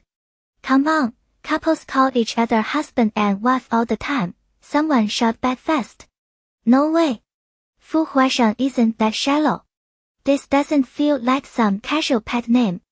That reply immediately sparked a whole thread of debate. Yeah, I'm with you. Is this the girl from that hand-holding photo? The hands look way too similar. Are we all focusing on the wrong thing here? Shouldn't we be asking who she is? That last comment got most people nodding, and soon everyone started analyzing the silhouette in the picture. Just gonna say it quietly, Fu Huaishan's wife is Yongshu, The eldest daughter of the Yun family, someone typed. At first, nobody believed it, so nobody replied. But then Fu Huaishang tagged Yun Shu's account directly, and that one comment suddenly blew up. People rushed over to her page, only to discover it was brand new. She hadn't posted anything yet, just reposted his hand-holding photo. No bio, not even a profile picture. There was nothing to dig up. They stared at it for a while and came up empty, but the comment count on her page was climbing even faster than Fu Huaishang's. Miss Yun, if you're really his wife, just blink twice or something. Miss Yun, is your husband Fu Huaishang? I don't think so. Wasn't she always kind of? The user didn't dare write useless without being sure, so they used symbols instead. Fu Xingxi happened to be scrolling online too. When he saw Fu Huaishang's post, he liked it and left a playful comment, "Brother-in-law, I want some raspberries too." He added a puppy emoji. A few seconds later, Fu Huaishang replied right there, "They're all your sisters." And that reply threw gasoline on the fire. Fu Xingxi already had a decent following on Weibo, and his identity as the young master of the Yun family didn't need any verification. Fu Huaishang had just made it crystal clear, his wife was Yun Shu, the Yun family's eldest daughter. Everyone who'd been speculating about the girl in the photo and everyone who'd flooded Yun Shu's page immediately whipped up a massive new wave online. Unsurprisingly, the system crashed under the sudden flood. The website maintenance team groaned. Next time Fu Huaishang decides to post, can he give us a heads up? So we can actually be ready. Fu Huaishang was not about to start giving advance notice. But one thing was certain, they were in for a long night of overtime to get the site back up. Half an hour later, Weibo was finally working again. Fu Huaishang's post had racked up more than 9,999,999 comments, and Yun Shu's follower count had skyrocketed to over 2 million in that short window. People flooded the comments section, dissecting their marriage and relationship. But Fu Huaishang and Yun Shu paid none of it any attention. While fans and strangers were still out there passionately debating, the two of them kept walking through the raspberry orchard, completely at ease. During dinner, Fu Huaishang was putting food onto Yun Shu's plate when his phone on the table rang. He picked up, and an exaggerated yell burst through. "Huaiji, I want some raspberry." He hung up without a second's hesitation. "Who was that?" Yun Shu asked, catching the faint frown on his face. "Someone boring." She understood right away. It had to be Shangfu Muse, the only person Fu Huaishang would ever describe like that. On the other end, Shangfu Muse wasn't even a little offended. If anything, he was grinning. He went straight to Yun Shu's Weibo and commented, "Sister-in-law, I want raspberries too," with a crying emoji. When she didn't reply, he shamelessly appeared under Fu Huaishang's post and howled, "Huaiji, you hung up on me, but I still want raspberries." Gu Hongxian left a comment right under his, "If you're that bored, go plant some raspberries." To Gu Hongxian, Shangfu Muse was definitely the boring one. Back at the dinner table, Fu Huaishang had just handed Yun Shu a bowl of ginseng soup when his phone rang again. He picked up, and Master Fu's voice boomed through, "Send me some raspberries tomorrow. Your grandpa loves them too." Before Fu Huaishang could get a single word out, Master Fu hung up on him first. The old man might be up in years, but his self-proclaimed title of social media addict was well-deserved. He'd seen the post too. Fu Huaishang stared at the disconnected call, his brow furrowing a little. "Who was it this time?" Yun Shu asked. He sighed. "Grandpa. He wants me to bring him raspberries." Yun Shu couldn't help it, she laughed out loud. After dinner, Fu Huaishang took her hand, and they walked slowly toward the garden. Ever since she'd moved into Imperial Garden, this had become part of their everyday rhythm. In the garden, a riot of color bloomed everywhere, the flowers practically fighting for attention, their fragrance rich and intoxicating. Yun Shu wandered among them, her heart feeling unusually light. She'd never imagined she could live such a peaceful, beautiful life. In her previous world, everything had been a tangle of helplessness and circumstances beyond her control. But fate had pulled her here, to this world, to the man walking beside her. Meeting him was the miracle of her life, the point where everything turned. Now, living with Fu Huaishang, every single day was brimming with happiness and warmth. A life she'd never once dared to dream of. Lost in her thoughts, she barely registered the low, magnetic voice beside her until he spoke. Wife, before I met you, I never imagined I could live a life this happy either. Yunshu's heart jolted. The words he'd just spoken were the exact same ones that had flashed through her mind. Fu Huaishang, I was thinking the exact same thing. Really? She smiled and nodded. Then we're soulmates. We're meant to be together. No matter how much time passes, no matter where we are, we'll always be together. His voice was low and tender, like a spring breeze brushing against her ear. His eyes burned into hers, the love in them a flame so fierce it threatened to consume her. She stood still, watching him, emotion swelling inside her love for him, certainty in this bond. Then, without warning, she rose on her tiptoes and pressed a soft kiss to his cool lips. Fu Huaishang reacted instantly. His arms wrapped around her waist, pulling her into his embrace. He kissed her back, gentle at first, then deep and passionate, pouring everything he felt into that single act. In the quiet garden, time seemed to stop. Only two people, deeply in love, spoke through that searing kiss. Their breaths mingled. Their heartbeats found the same rhythm. When the kiss finally broke, desire flickered in his eyes like a rising tide. His gaze turned scorching, as if it could swallow her whole. He brushed his lips over the corner of hers, his voice husky. Wife, let's go to bed. Before the last word left his mouth, he lifted her into his arms. The sudden height made her grab his neck. It's only 8 o'clock.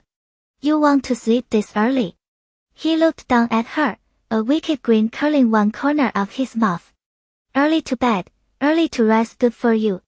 He paused, leaning closer to her ear. And, there are plenty of interesting things we can do. With that, he strode toward the main building, his long legs carrying them swiftly. She rested in his arms, feeling the strength of his embrace, the steady thump of his heart. A ripple of warmth spread through her. Back in the bedroom, he sat her down only to take her hand, his smirk wider than before. Wife, let's shower together. Her face flushed scarlet. Before she could protest, he was already pulling her into the bathroom. Steam filled the space, warm and damp. Fu Huaishang turned on the water, adjusted the temperature, and gently helped her out of her clothes. When her bare skin met his gaze, his breath quickened. His eyes traced over her like a hungry flame, setting every inch of her on fire.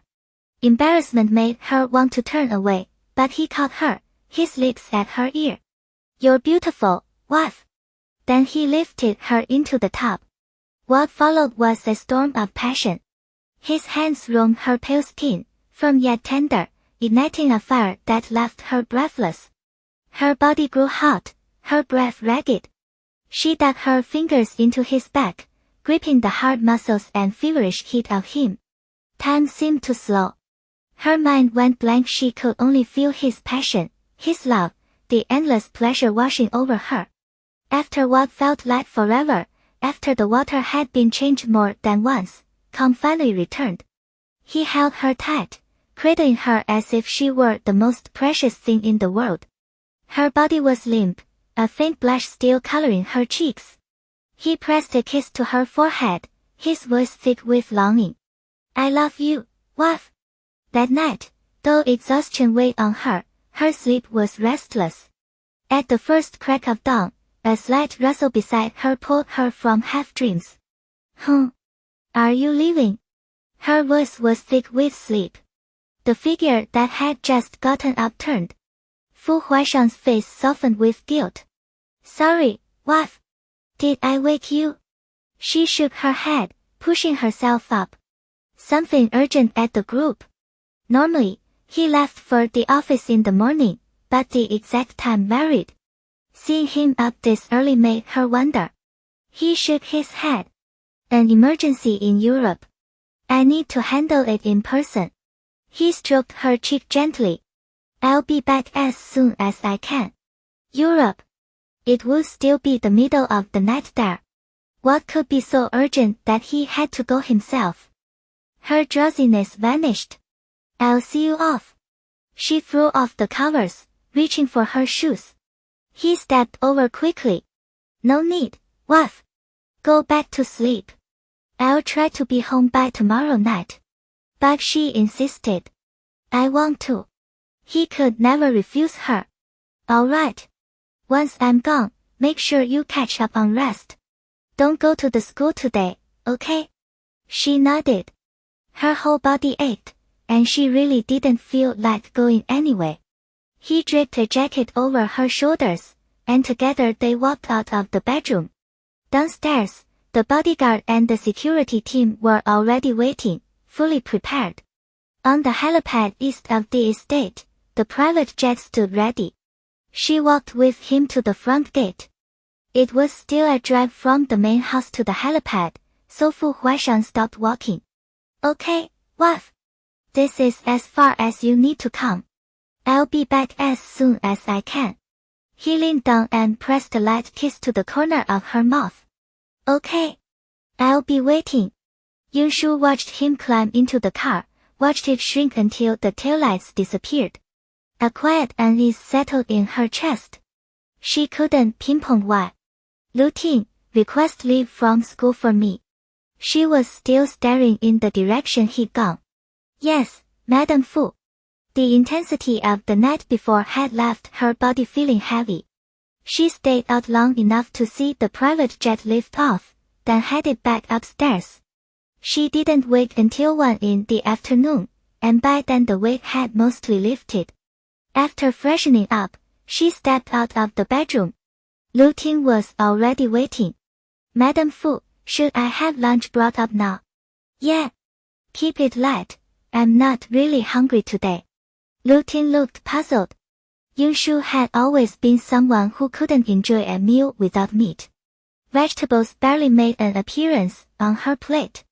Now she was saying she had no appetite. Madam, are you feeling unwell? I'll call for the doctor. Yunshu shook her head. No, I just didn't sleep well. It's nothing. Lately, her sleep had been shallow and restless. Her body felt off without real rest. She decided she'd do some exercise after eating, hoping that would help. After 2 bowls of congee, Yunshu felt a lot steadier. She set down her napkin and her phone rang. Shen Yishuang. She answered. Hey, sister-in-law. You at school? Shen Yishuang asked.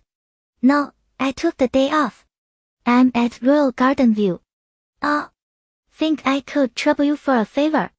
He sounded a little embarrassed. What is it? It's the website. It's stable now, but for some reason the speed just tanked. The drill's coming up in a few days, so I was hoping you could take a look. The mention jogged her memory. She promised to add another layer of security. Might as well handle everything in one trip. Alright. But I'll need to come in and work on site. I'll reapply full protection and maintain your existing network while I'm there. Mismatched configurations could be what's slowing things down. Relief flooded Shen Yishuang's voice. Thank you so much. Should I send a driver over? Yunshu thought for a moment. No need. I'll drive. Okay, sister-in-law. She hung up, went upstairs to change, then got in the car with Lu Ting and headed for Shen Yishuang's military district. The Aston Martin had barely rolled out of the parking area when Yunshu spotted Xiaobai charging toward them from the stables, a stable hand running behind him. Stop the car. Lu Ting hit the brakes. Yunshu stepped out just as Xiaobai reached her. Xiaobai, are you misbehaving again? Her voice was cool. Xiaobai snorted and circled her, pacing, restless. The stable hand caught up, out of breath. Madam Fu. What's going on with him? We don't know, ma'am. He's been agitated since this morning, pacing back and forth in his stall. We bathed him, checked him all over, found nothing wrong. Then I opened the gate to put him feed, and he just bolted here. Yunshu gripped his halter, steadying him, and pressed her palm flat against his back, letting the pressure calm him. Xiaobai had always been high-strung, sometimes playful, but running out of the stable for no reason was a first. Xiaobai, be good. I have to go handle something, but I'll come back and play with you later, alright? Her voice softened. But it was as if Xiaobai understood. The horse that had just started to still began stomping heavily again, shoes clicking sharp against the ground. Xiaobai. If you keep this up, I will be angry. Her voice went cold, her face hard. Reading the shift in her tone, Xiaobai slowly stilled. Go back now. I'll play with you when I get home. The stable hand took the reins. This time, the horse followed without resistance, walking calmly toward the stables. Yunshu stood and watched until he was inside, then turned and got back into the car. They left Royal Garden View. Back in the stall, Xiaobai didn't wait for the gate to close. He lay down on the fresh hay, listless. Xiaobai, Madame Fu wasn't really angry with you. Don't take it to heart.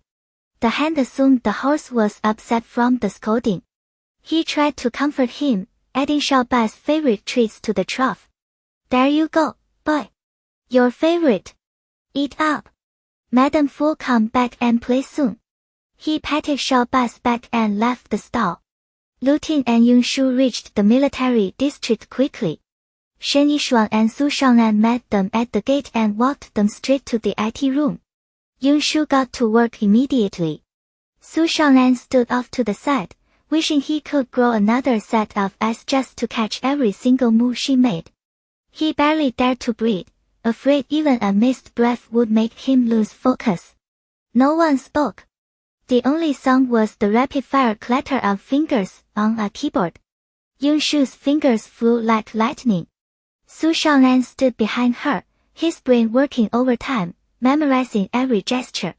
30 minutes later, the network speed issue that had stumped everyone was completely dismantled under her hands. There. Your website speed won't lag again. And I also reinforced and maintained your existing network while I was at it. She grabbed the water bottle beside her and took a long drink. Sister-in-law, you're telling me you did all of that in the time we've been standing here? Shen Yishuan checked his watch. Only 30 minutes had passed. You want to verify? Yunshu shot back. Shen Yishuan waved both hands. No. I'm just shocked. In the same window of time, anyone else would have handled one task. Yunshu had just crushed free. It was staggering. Su Shangnan had been completely conquered by her skill. He stared at the screen, replaying Yunshu's movements in his mind, breaking them down step by step. When Yunshu turned, she caught him completely zoned out. Zhou Yan glanced over and cleared his throat. Ahem. Shangnan. Ha! Su Shangnan snapped back a bit too late. Did you see it clearly? Yunshu asked. Yes, I did. Su Shangnan nodded, earnest, though he had no idea why she was asking. Zhou Yan picked up on it immediately. His voice sharpened. Sister-in-law was teaching you just now. Did you learn anything or not? Su Shangnan finally understood. No wonder her movements had looked so familiar. They were the exact same techniques he used. Thank you, Miss Yun. Thank you. He bowed over and over. If you're willing to teach me, does that mean maybe you could? He tried again to ask her to take him on as an apprentice. Yunshu shut it down immediately. Sorry.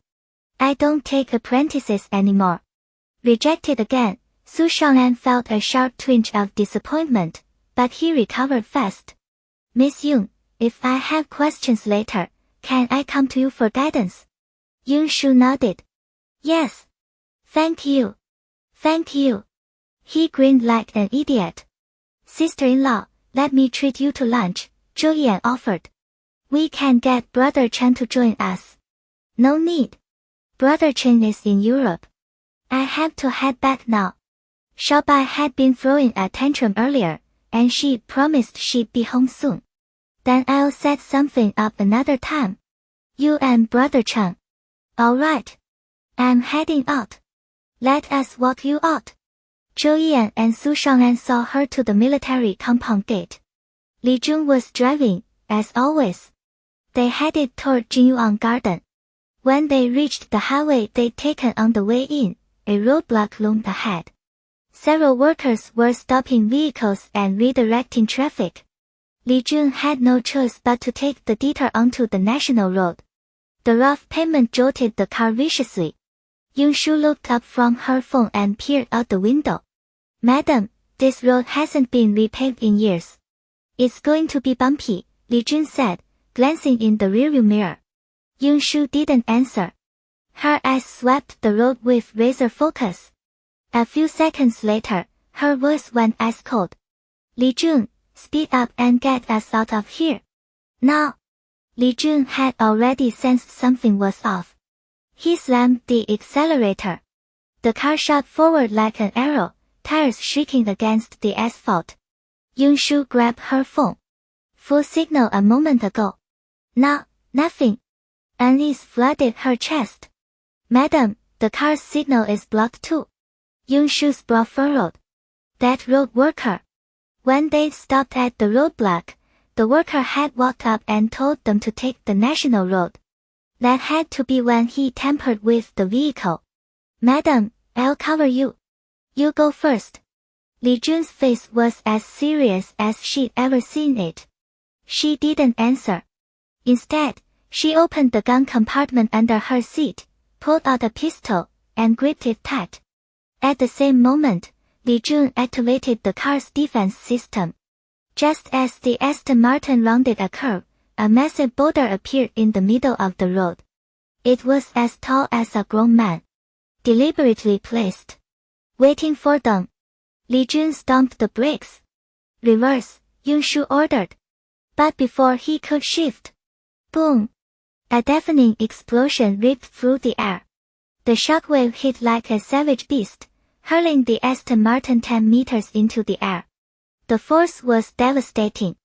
If the car hadn't been specially modified, it would have been blown apart on impact. Inside, Yunshu and Li Jun had no time to react. They tumbled and crashed as the vehicle spun through the air. Crash! The Aston Martin slammed back onto the ground. It flipped completely, wheels in the air, pinning both of them underneath. Madam! Madam, Li Jun's voice trembled. The bomb had been planted in the front half of the car. Li Jun had taken the brunt of the blast. Yunshu had hit her head. Dizziness swept over her. The echo of the explosion rang sharp in her ears. Then, a group of armed men mercenaries, from the look of them, rushed onto the national road. They moved fast, heading straight for the rear door. The Aston Martin's defenses were strong. Not strong enough against a second bombing. Another explosion. The rear door blew open. One man ducked inside and tossed a smoke canister. Yunshu held her breath, trying to force her way out. But the odorless gas seeped through her eyes, her skin, into her body. Numbness spread through her limbs. Her mind clouded over. Within seconds, she lost all ability to move. Hurry! Get her out and move. She was in the back seat. Not crushed. They dragged her out fast and into another vehicle. As they drove off, Yunshu caught one blurry glimpse of the driver's seat. Li Jun was pinned under the steering wheel. Blood streamed from his forehead, soaking his clothes, pulling on the seat. His eyes were closed. His face was pale as paper. Across the ocean, in Europe, Brother Chen sat in a branch office meeting, his expression dark. The day before, a massive wave of Fu Corporation's orders had collapsed all at once. Every single export shipment received a return notice simultaneously. Same reason on every one, failure to meet requirements. For years, Fu Corporation's imports and exports had run without a hitch. Now, suddenly, multiple orders were flagged at the exact same time and shipments still in transit had gone missing. Meanwhile, buyers who hadn't received their goods flooded them with demands for answers. That was why Brother Chen had flown to Europe overnight. He connected the dots fast. Piece by piece, the picture came together. After careful consideration, he laid out the next steps. But when he picked up his pen to sign the document, his hand seemed to lose control. It dropped involuntarily. The nib slashed across the paper, leaving a long, abrupt scratch. Shen Wangzhong's brow furrowed. His face went grim. A sudden scratching sound echoed somewhere behind him, harsh, unsettling. It crawled up his spine like a cold omen. Before he could pinpoint it, the conference room door flew open. Li Jun burst in, pale and breathless. "Boss, we've got trouble." His voice cracked. Madame Fu was ambushed. They took her. San Hachen's in critical condition. Captain Zhou arrived on the national highway with his team. San Hachen was already unconscious, slumped in the wreckage. "Get him to the hospital," Zhou ordered. His eyes swept the scene. One of his men spoke up. "Sir, this stretch hasn't been repaved in years. No cameras out here." Su Shaonan stepped forward, holding up a small canister. "I found this on the ground." Captain Zhou took it, sniffed. "Not domestic." "No. The explosives used on the car aren't either." Su Shaonan added, "There's blood in the vehicle, but it's all San Hachen's. No sign Miss Yun was injured. But we'll need more time to determine who's behind this." "Then move fast," Captain Zhou said, his voice low. "Yes, sir." In the basement of a suburban villa, Yun Shu lay on a cold metal bed. Leather straps bit into her wrists and ankles. A powerful sedative had been pumped into her veins, dragging her under. Dr. Leon stood beside her, expression taut. He ran a thorough check, brow creased with worry. After a long moment, he straightened and faced Shen Wangsheng. "Mr. Shen, time is extremely tight. And with the drug already in her system, I can only do what I can." Shen Wangzhong nodded. He had no choice. Yun Shu's combat skills were too dangerous. If she woke up without sedation, he wasn't confident he could restrain her again. Dr. Leon exhaled slowly, put on gloves and a mask, and prepared for the procedure. Shen Wangzhong stepped out of the lab and pressed close to the glass door, watching. Through the window, he saw Dr. Leon pick up a scalpel and make a precise incision along Yun Shu's temple. Minutes crawled by. Nearly 2 hours later, Dr. Leon finally set down his instruments. He peeled off his gloves and mask, then walked out of the lab. Shen Wangzhong rushed toward him. "Doctor, how did it go?" Dr. Leon wiped sweat from his forehead. "The operation is complete. No major complications so far. Once she wakes, I'll administer another injection. Then we'll know if it worked." A flicker of wild hope lit Shen Wangzhong's eyes. "Thank you, Dr. Leon. Go rest. I'll call if anything changes." "All right." Dr. Leon left. Shen Wangzhong stepped into the lab, his gaze fixed on Yun Shu's pale face. His jaw tightened. He'd always been a staunch atheist. But ever since meeting Dr. Leon the ghost doctor, he'd realized the world wasn't as simple as he believed. After witnessing Yun Shu's shocking transformation, and hearing her say Xiaoyu was dead, Shen Wangzhong had made up his mind. If Yun Shu could hijack Xiaoyu's body, there had to be a way to force her out and bring the real Xiaoyu back.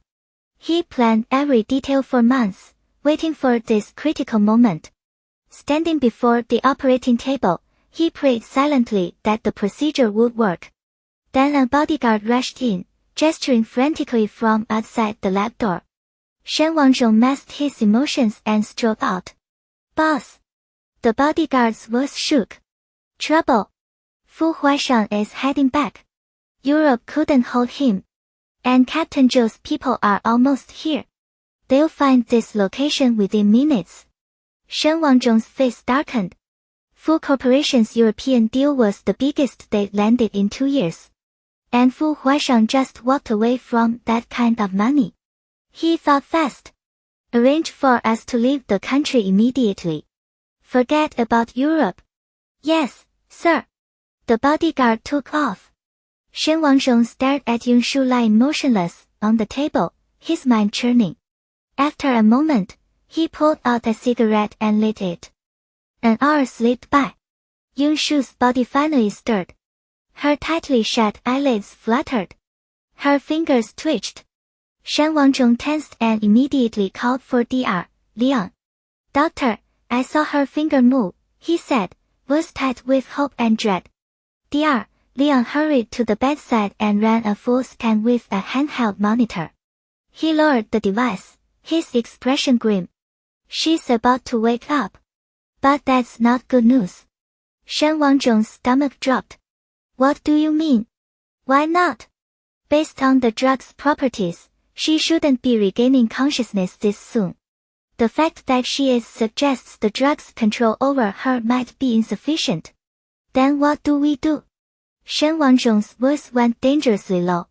Dr. Liang said. Now we must rely on the operation's success. If it took hold, there's still a chance. Shen Wangzhong's eyes grew wild. Can't we increase the dosage? Dr. Liang's eyes widened. Mr. Shen, the dosage is already at the upper limit. Any more and her body won't be able to cope. It would cause serious damage. Shen Wangzhong forced himself silent, reining in the manic edge. Fine. We'll wait for the post-op signs first. Then decide. He straightened. And Dr. Liang start preparing. We're leaving the country immediately. Leaving the country? Dr. Liang stared at him, confused. Fu Huaishang's men are going to find this place. We need to move. Shen Yishuang's voice was flat, factual. Fu Huaishang. Something clicked in Dr. Liang's head and his eyes went wide. You mean Fu Huaishang? Of the Fu Corporation? Is this girl his girlfriend? Shen Yishuang glanced at Xiao Yu lying motionless on the table. She used to be. But from now on, she's mine. The words hit Liang like a physical blow. His face blanched, even paler than it had been a moment ago. Fu Huaishang. A name that echoed everywhere and even louder overseas. In public, he was a nuclear weapon in the business world, brutal and commanding. Behind closed doors, he was a nightmare.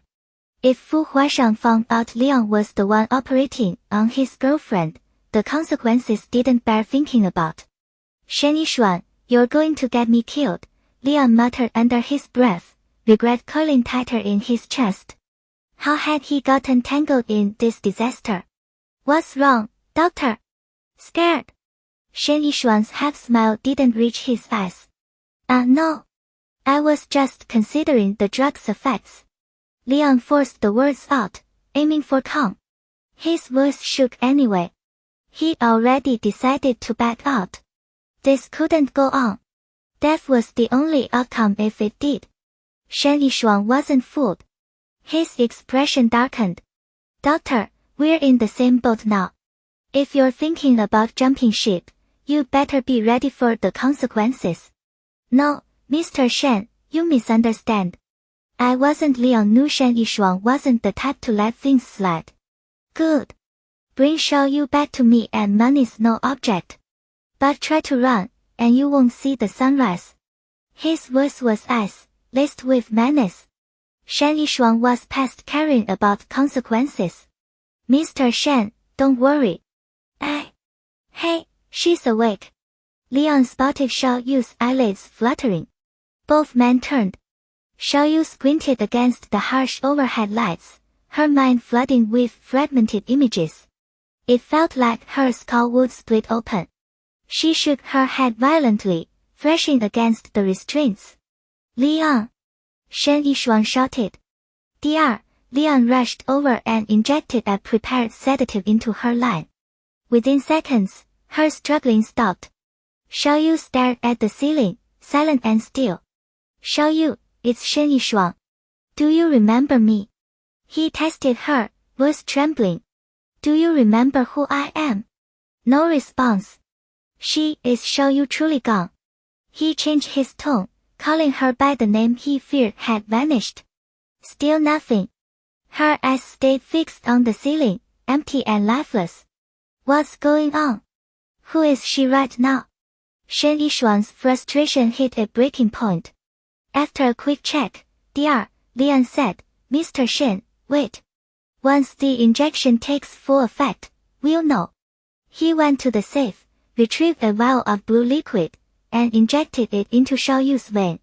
As the fluid seeped into her bloodstream, her eyes closed. Is she unconscious? Dr. Lian shook his head. Wait. The drug is working. It takes time. Minutes later, Xiaoyu's eyes opened again. A flicker of life stirred in her previously dull gaze. Shen Yishuang leaned closer, hoping for the familiar warmth of Xiaoyu. But then her voice came out cold, bloodthirsty, cutting. Shen Yishuang. It's you. You're not Xiaoyu. You're not.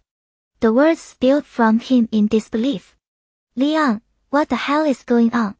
He grabbed Dr. Liang by the collar, eyes bloodshot.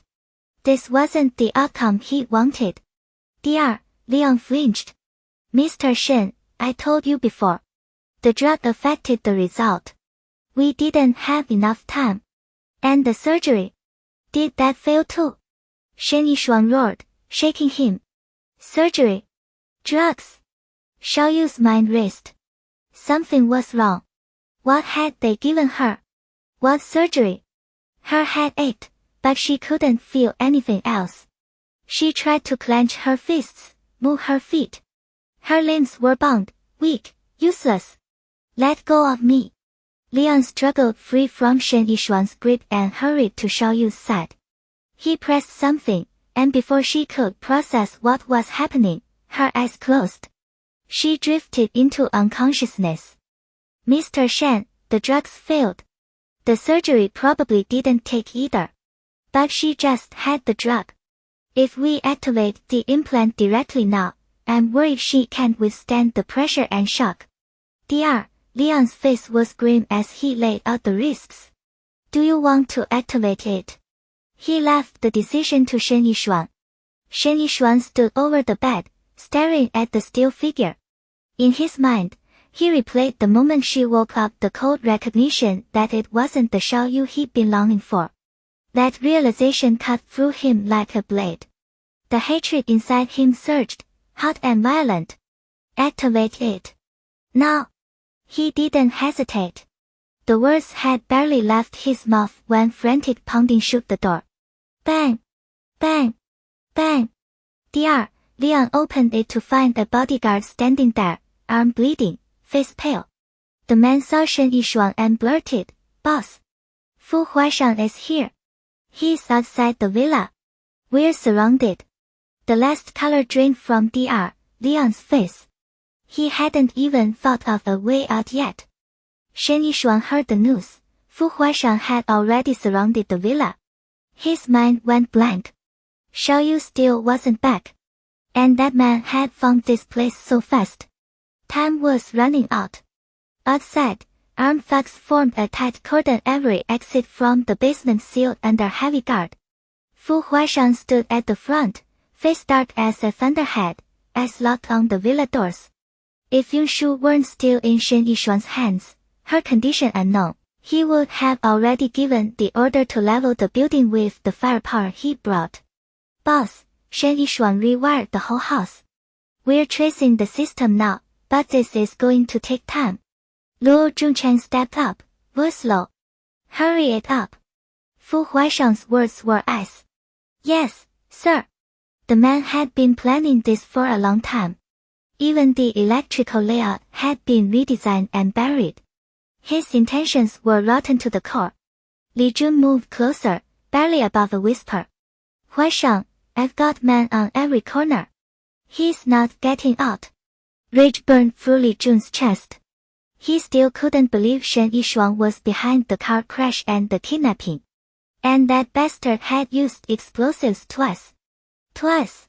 Once I get my hands on him, I'll skin him alive. Gu Hongshuang's voice shook with fury. Fu Huaishang didn't move. Didn't speak. All he could hear was the pounding inside his own skull. His eyes were black, bottomless. I just want UNICEF. The words hit Gu Hongxian and Li Jun like a physical blow. Both went pale. They knew Yunshu's combat skills. But from inside that house, not a single sound. What did that mean? Neither dared finish the thought. Fu Huaishang loved Yunshu with everything he had. And right now, all he could do was stand outside that door, frantic, paralyzed. Terrified that one wrong move would push Shen Yishuang to hurt her again. God only knew the agony that had ripped through him when he watched that car explode into scrap metal. He couldn't fathom what she'd gone through. All he needed was for her to walk out of this alive. Behind him, a flood of headlights from 100 vehicles lit up the villa. Helicopters hovered above, ready to strike. The air pressed in, heavy and silent. Then a phone rang. It shattered the quiet like a gunshot. Fu Huaishang snapped back. His eyes locked on the screen. Unknown number. Call. His heart clenched, dread crawling up his throat. He didn't hesitate. He answered. Shen Yishuang's face filled the screen, a smug smirk twisting his lips. Fu Huaishang. You got here fast. Malice dripped from every syllable. Fu Huaishang stared back, expressionless. Shen Yishuang. Name your price. Don't hurt my wife. Those words lit a fire in Shen Yishuang. His face twisted into a snarl. Your wife. She was my Xiaoyu first. He was shaking, the trigger pulled by that single claim.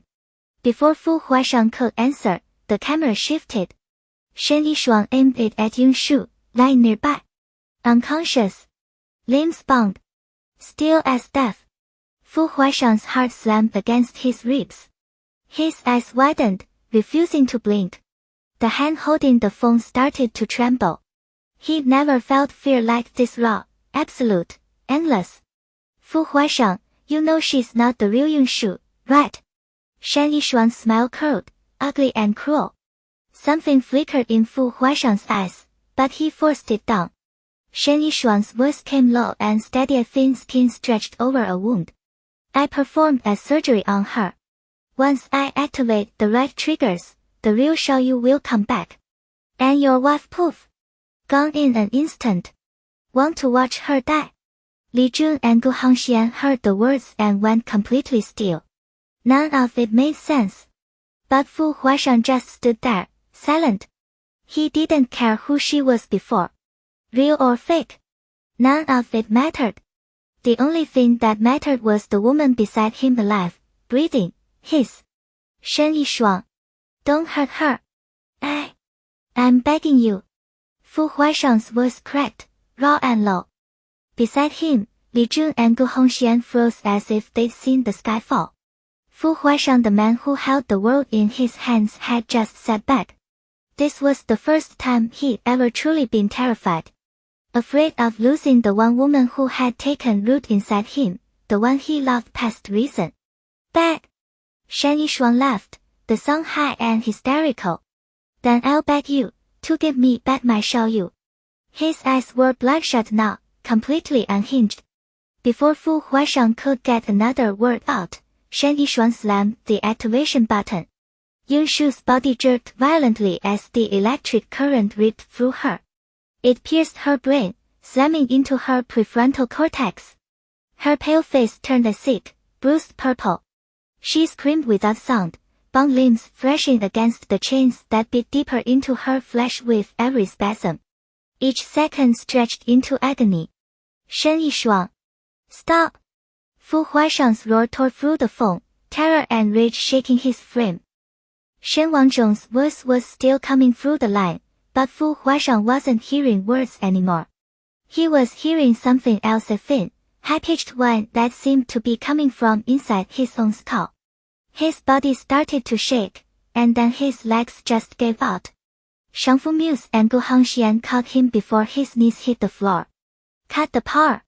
Now. Fu Huaishang's voice came out flat and cold. Li Jun moved. It took less than a minute to sever every circuit Shen Wanzhong had buried in the system.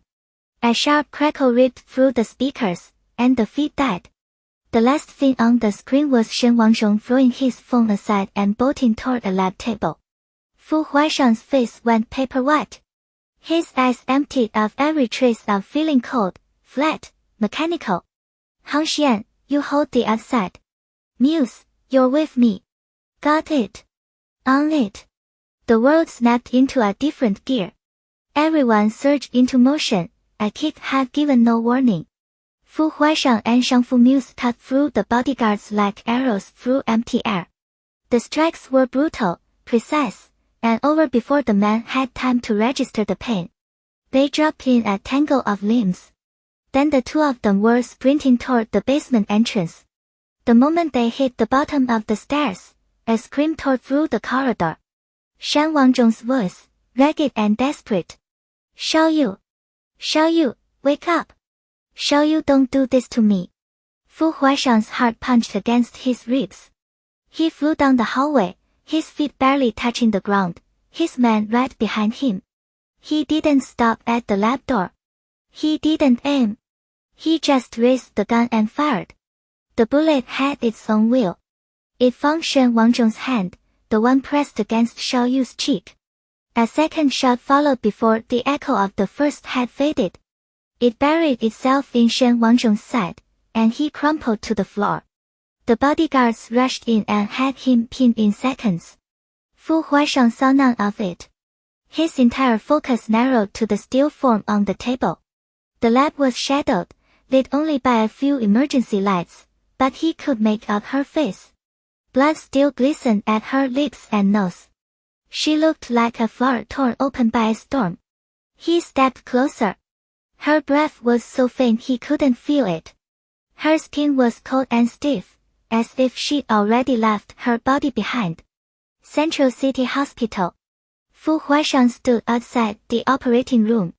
He hadn't moved. Gu Hongxian and Zhihang Fu flanked him, exchanging glances. The man between them was too hollow to notice. The surgery had started at 2 in the morning. Now it was 8, and the red light above the door was still burning. Brother, the sister-in-law's tough. She's gonna be fine, Gu Hongxian said, trying to cut through the deathly stillness radiating off Fu Huaishang. Yeah, Zhihang Fu added. Leon's in there too. Li Jun's got a gun to his head the whole time. He's not gonna pull anything. Leon had tried to bolt the night before. Gu Hongxian had caught him at the villa perimeter and dragged him back. Since he was the one who planted that device inside Xiaoyu's skull, Li Jun had hauled him straight into the operating theater. Any question the surgical team had, Leon answered. The alternative was a bullet. Fu Huaishang didn't react. His eyes stayed locked on the door. Zhihang Fu walked up and rested a hand on his rigid shoulder. Bro, she's gonna pull through. The man didn't even blink. Time dragged its feet. At 11 in the morning, the red light clicked off with a heavy thunk. The doors swung open. The lead surgeon stepped out first, his steps slow and weighted. Leon and Li Jun followed, still in their surgical gowns, their faces gray. 10 hours. The operation had lasted nearly 10 hours. When the surgeon finally pulled off his mask, the story was already written in his expression. Fu Huaishang's heart ceased. He strode forward, his voice barely above a whisper. Doctor! How is she? Zhihang Fu and Gu Hongxian closed in behind him, every gaze fixed on the doctor, waiting for a single word that wouldn't destroy them. The doctor hesitated, his mouth opening and closing once before he took a breath. Mr. Fu, he said, we were able to revive Madame Fu. But the silence that followed was a physical weight. Gu Hongxian's composure snapped. But what? Just say it. The doctor exhaled. The electrical stimulation to her brain was too intense. Her brainstem reflexes are gone. Gu Hongxian stepped forward, his voice rising and echoing down the hallway. What does that mean? Reflexes are gone. Say it so we can understand it. The doctor was one of the country's top neurosurgeons, but he knew exactly who he was talking to. He forced himself to keep his voice level. The damage from the electric shocks was too extensive. Her body can't sustain itself anymore. Right now, we're keeping her alive with machines. In plain terms, she's in a state of complete unresponsiveness. The corridor went utterly silent. After a long, stretched beat, Fu Huaishang's dark eyes shifted to the man cowering behind the doctor. Leon. You explain. Li Jun shoved him forward. Leon's voice came out thin and shaking. Mr. Fu, that's exactly what it is. We got the device out of her brain. But Shen Wangzhong was in a panic. He turned the stimulation index all the way up, way past anything I programmed. Last night, when the power went out, he messed with the settings. I ran. I didn't know he was going to do that. I didn't know. Leon's words trailed off into nothing. That was it. Shen Wangzhong had pushed the device past its limit, trying to force someone back into that body. And in doing so, he burned away Xiao Yu's brainwave reflexes entirely. There were no words for the look on Fu Huaishang's face after Dr. Leon finished talking. Is there anything else you can do? Gu Hangxian asked the doctor again. The doctor shook his head, defeated. I'm sorry. We did everything we could. The silence pressed in, suffocating every person in that room. Inside the VIP ward, Yunshu lay motionless on the bed. No signs of life remained. Tubes threaded across her body, and the breathing mask covering her pale, paper-thin face made her look impossibly fragile. Both arms and both legs were wrapped in thick gauze. The iron chains that had held her had cut deep into her flesh while she struggled, leaving behind brutal wounds. It wasn't hard to imagine the kind of pain she had endured. Fu Huaishang sat at her bedside, his expression blank, his eyes locked on her. He wanted to reach out and touch her, but something held him back, the fear that even the slightest movement might cause her more pain. He knew she couldn't feel anything now. Still, he pulled his hand away, rigid. Sweetheart, you're still here, aren't you? His voice was wrecked, cracked like shattered glass. Every word seemed to drain what little strength he had left. He spoke so softly it barely registered, as if he was afraid of disturbing her. I'm so sorry, sweetheart. I failed to protect you. Regret soaked through every syllable. Outside the ward, Li Jun and Gu Hangxian stood guard. Through the glass panel in the door, they could see the tall, commanding figure inside. His head was bowed, his shoulders trembling faintly. Fu Huaishang was crying. The sobs were barely contained, but the depth of his agony was unmistakable. Gu Hangxian wiped at his eyes, then turned and walked away without a word. He couldn't bear to watch any longer. Li Jun stayed rooted to the spot, staring at Fu Huaishang and Yunshu on the bed. The tightness in his chest locked up his throat. He could barely breathe. In the basement of the royal garden estate, a muffled roar echoed. The thick soundproof walls sealed off the chilling screams completely. The isolation cut the room off from the outside world, a sealed chamber filled with fear and pain. Shen Wangzhong stood in the center, gripping a barbed whip soaked in chilly water. His breathing came in ragged bursts. The brutality he was dishing out was taking its toll on him too. In the corner, Fu Huaishang sat motionless on the sofa. He leaned forward, hands clasped over his knees, his cold gaze slicing like an icy blade into Dr. Leon, who hung suspended in the air. Dr. Leon's limbs were bound tight, twisted into an unnatural position. He looked like a lamb trussed for slaughter. Not a single inch of his skin was intact. He was a mess of blood, bruises, and open wounds. The damage inside his body was even worse. Terror filled Dr. Leon's eyes. He couldn't tear his gaze from Fu Huaishang. The man was worse than a demon. He finally understood he had crossed someone he should have never crossed. This man's methods were beyond anything he could have imagined. I'll talk. I'll talk. I'll tell you everything. Dr. Leon's voice shook with tears.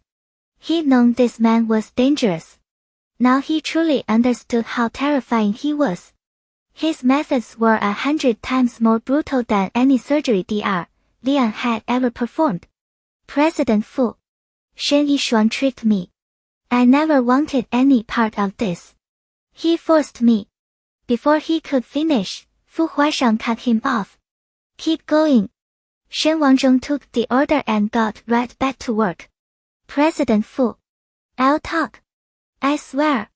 I'll talk. Dr. Leon was fading fast.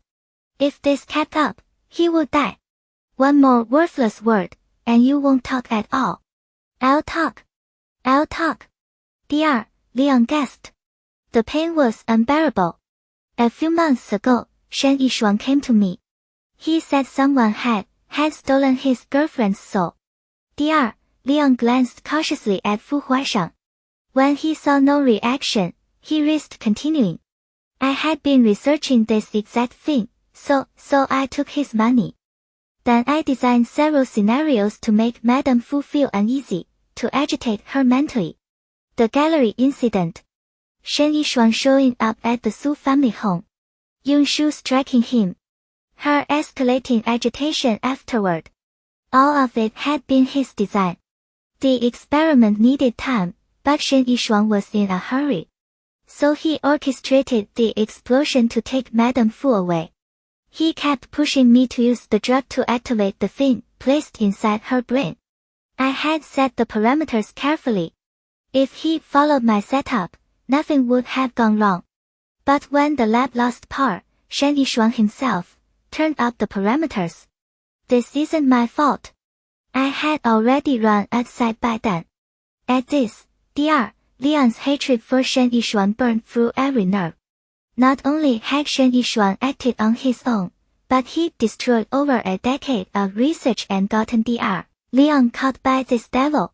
If a regret pill existed, he would take it in a heartbeat. If Shen Yishuang had come to him in M country again, he would have killed him on the spot. Fu Huaishang's fists clenched at his sides when Dr. Leon mentioned the surgery and the object placed inside Yunshu's brain. A moment later, the tall man rose from the sofa. In his black suit, he was the very image of a demon. I want to know. Did that surgery affect my wife, her true self? Fu Huaishang emphasized those last three words. He knew Dr. Leon understood exactly what he meant. No. The drug had no effect on Madame Fu at all. If it had, Shen Yishuang wouldn't have been so desperate to activate it. Anyone else would have been long gone by then. But Yunshu had been clear-headed enough to call out Shen Yishuang's name. If it weren't for Shen Yishuang, Yunshu never would have ended up like this.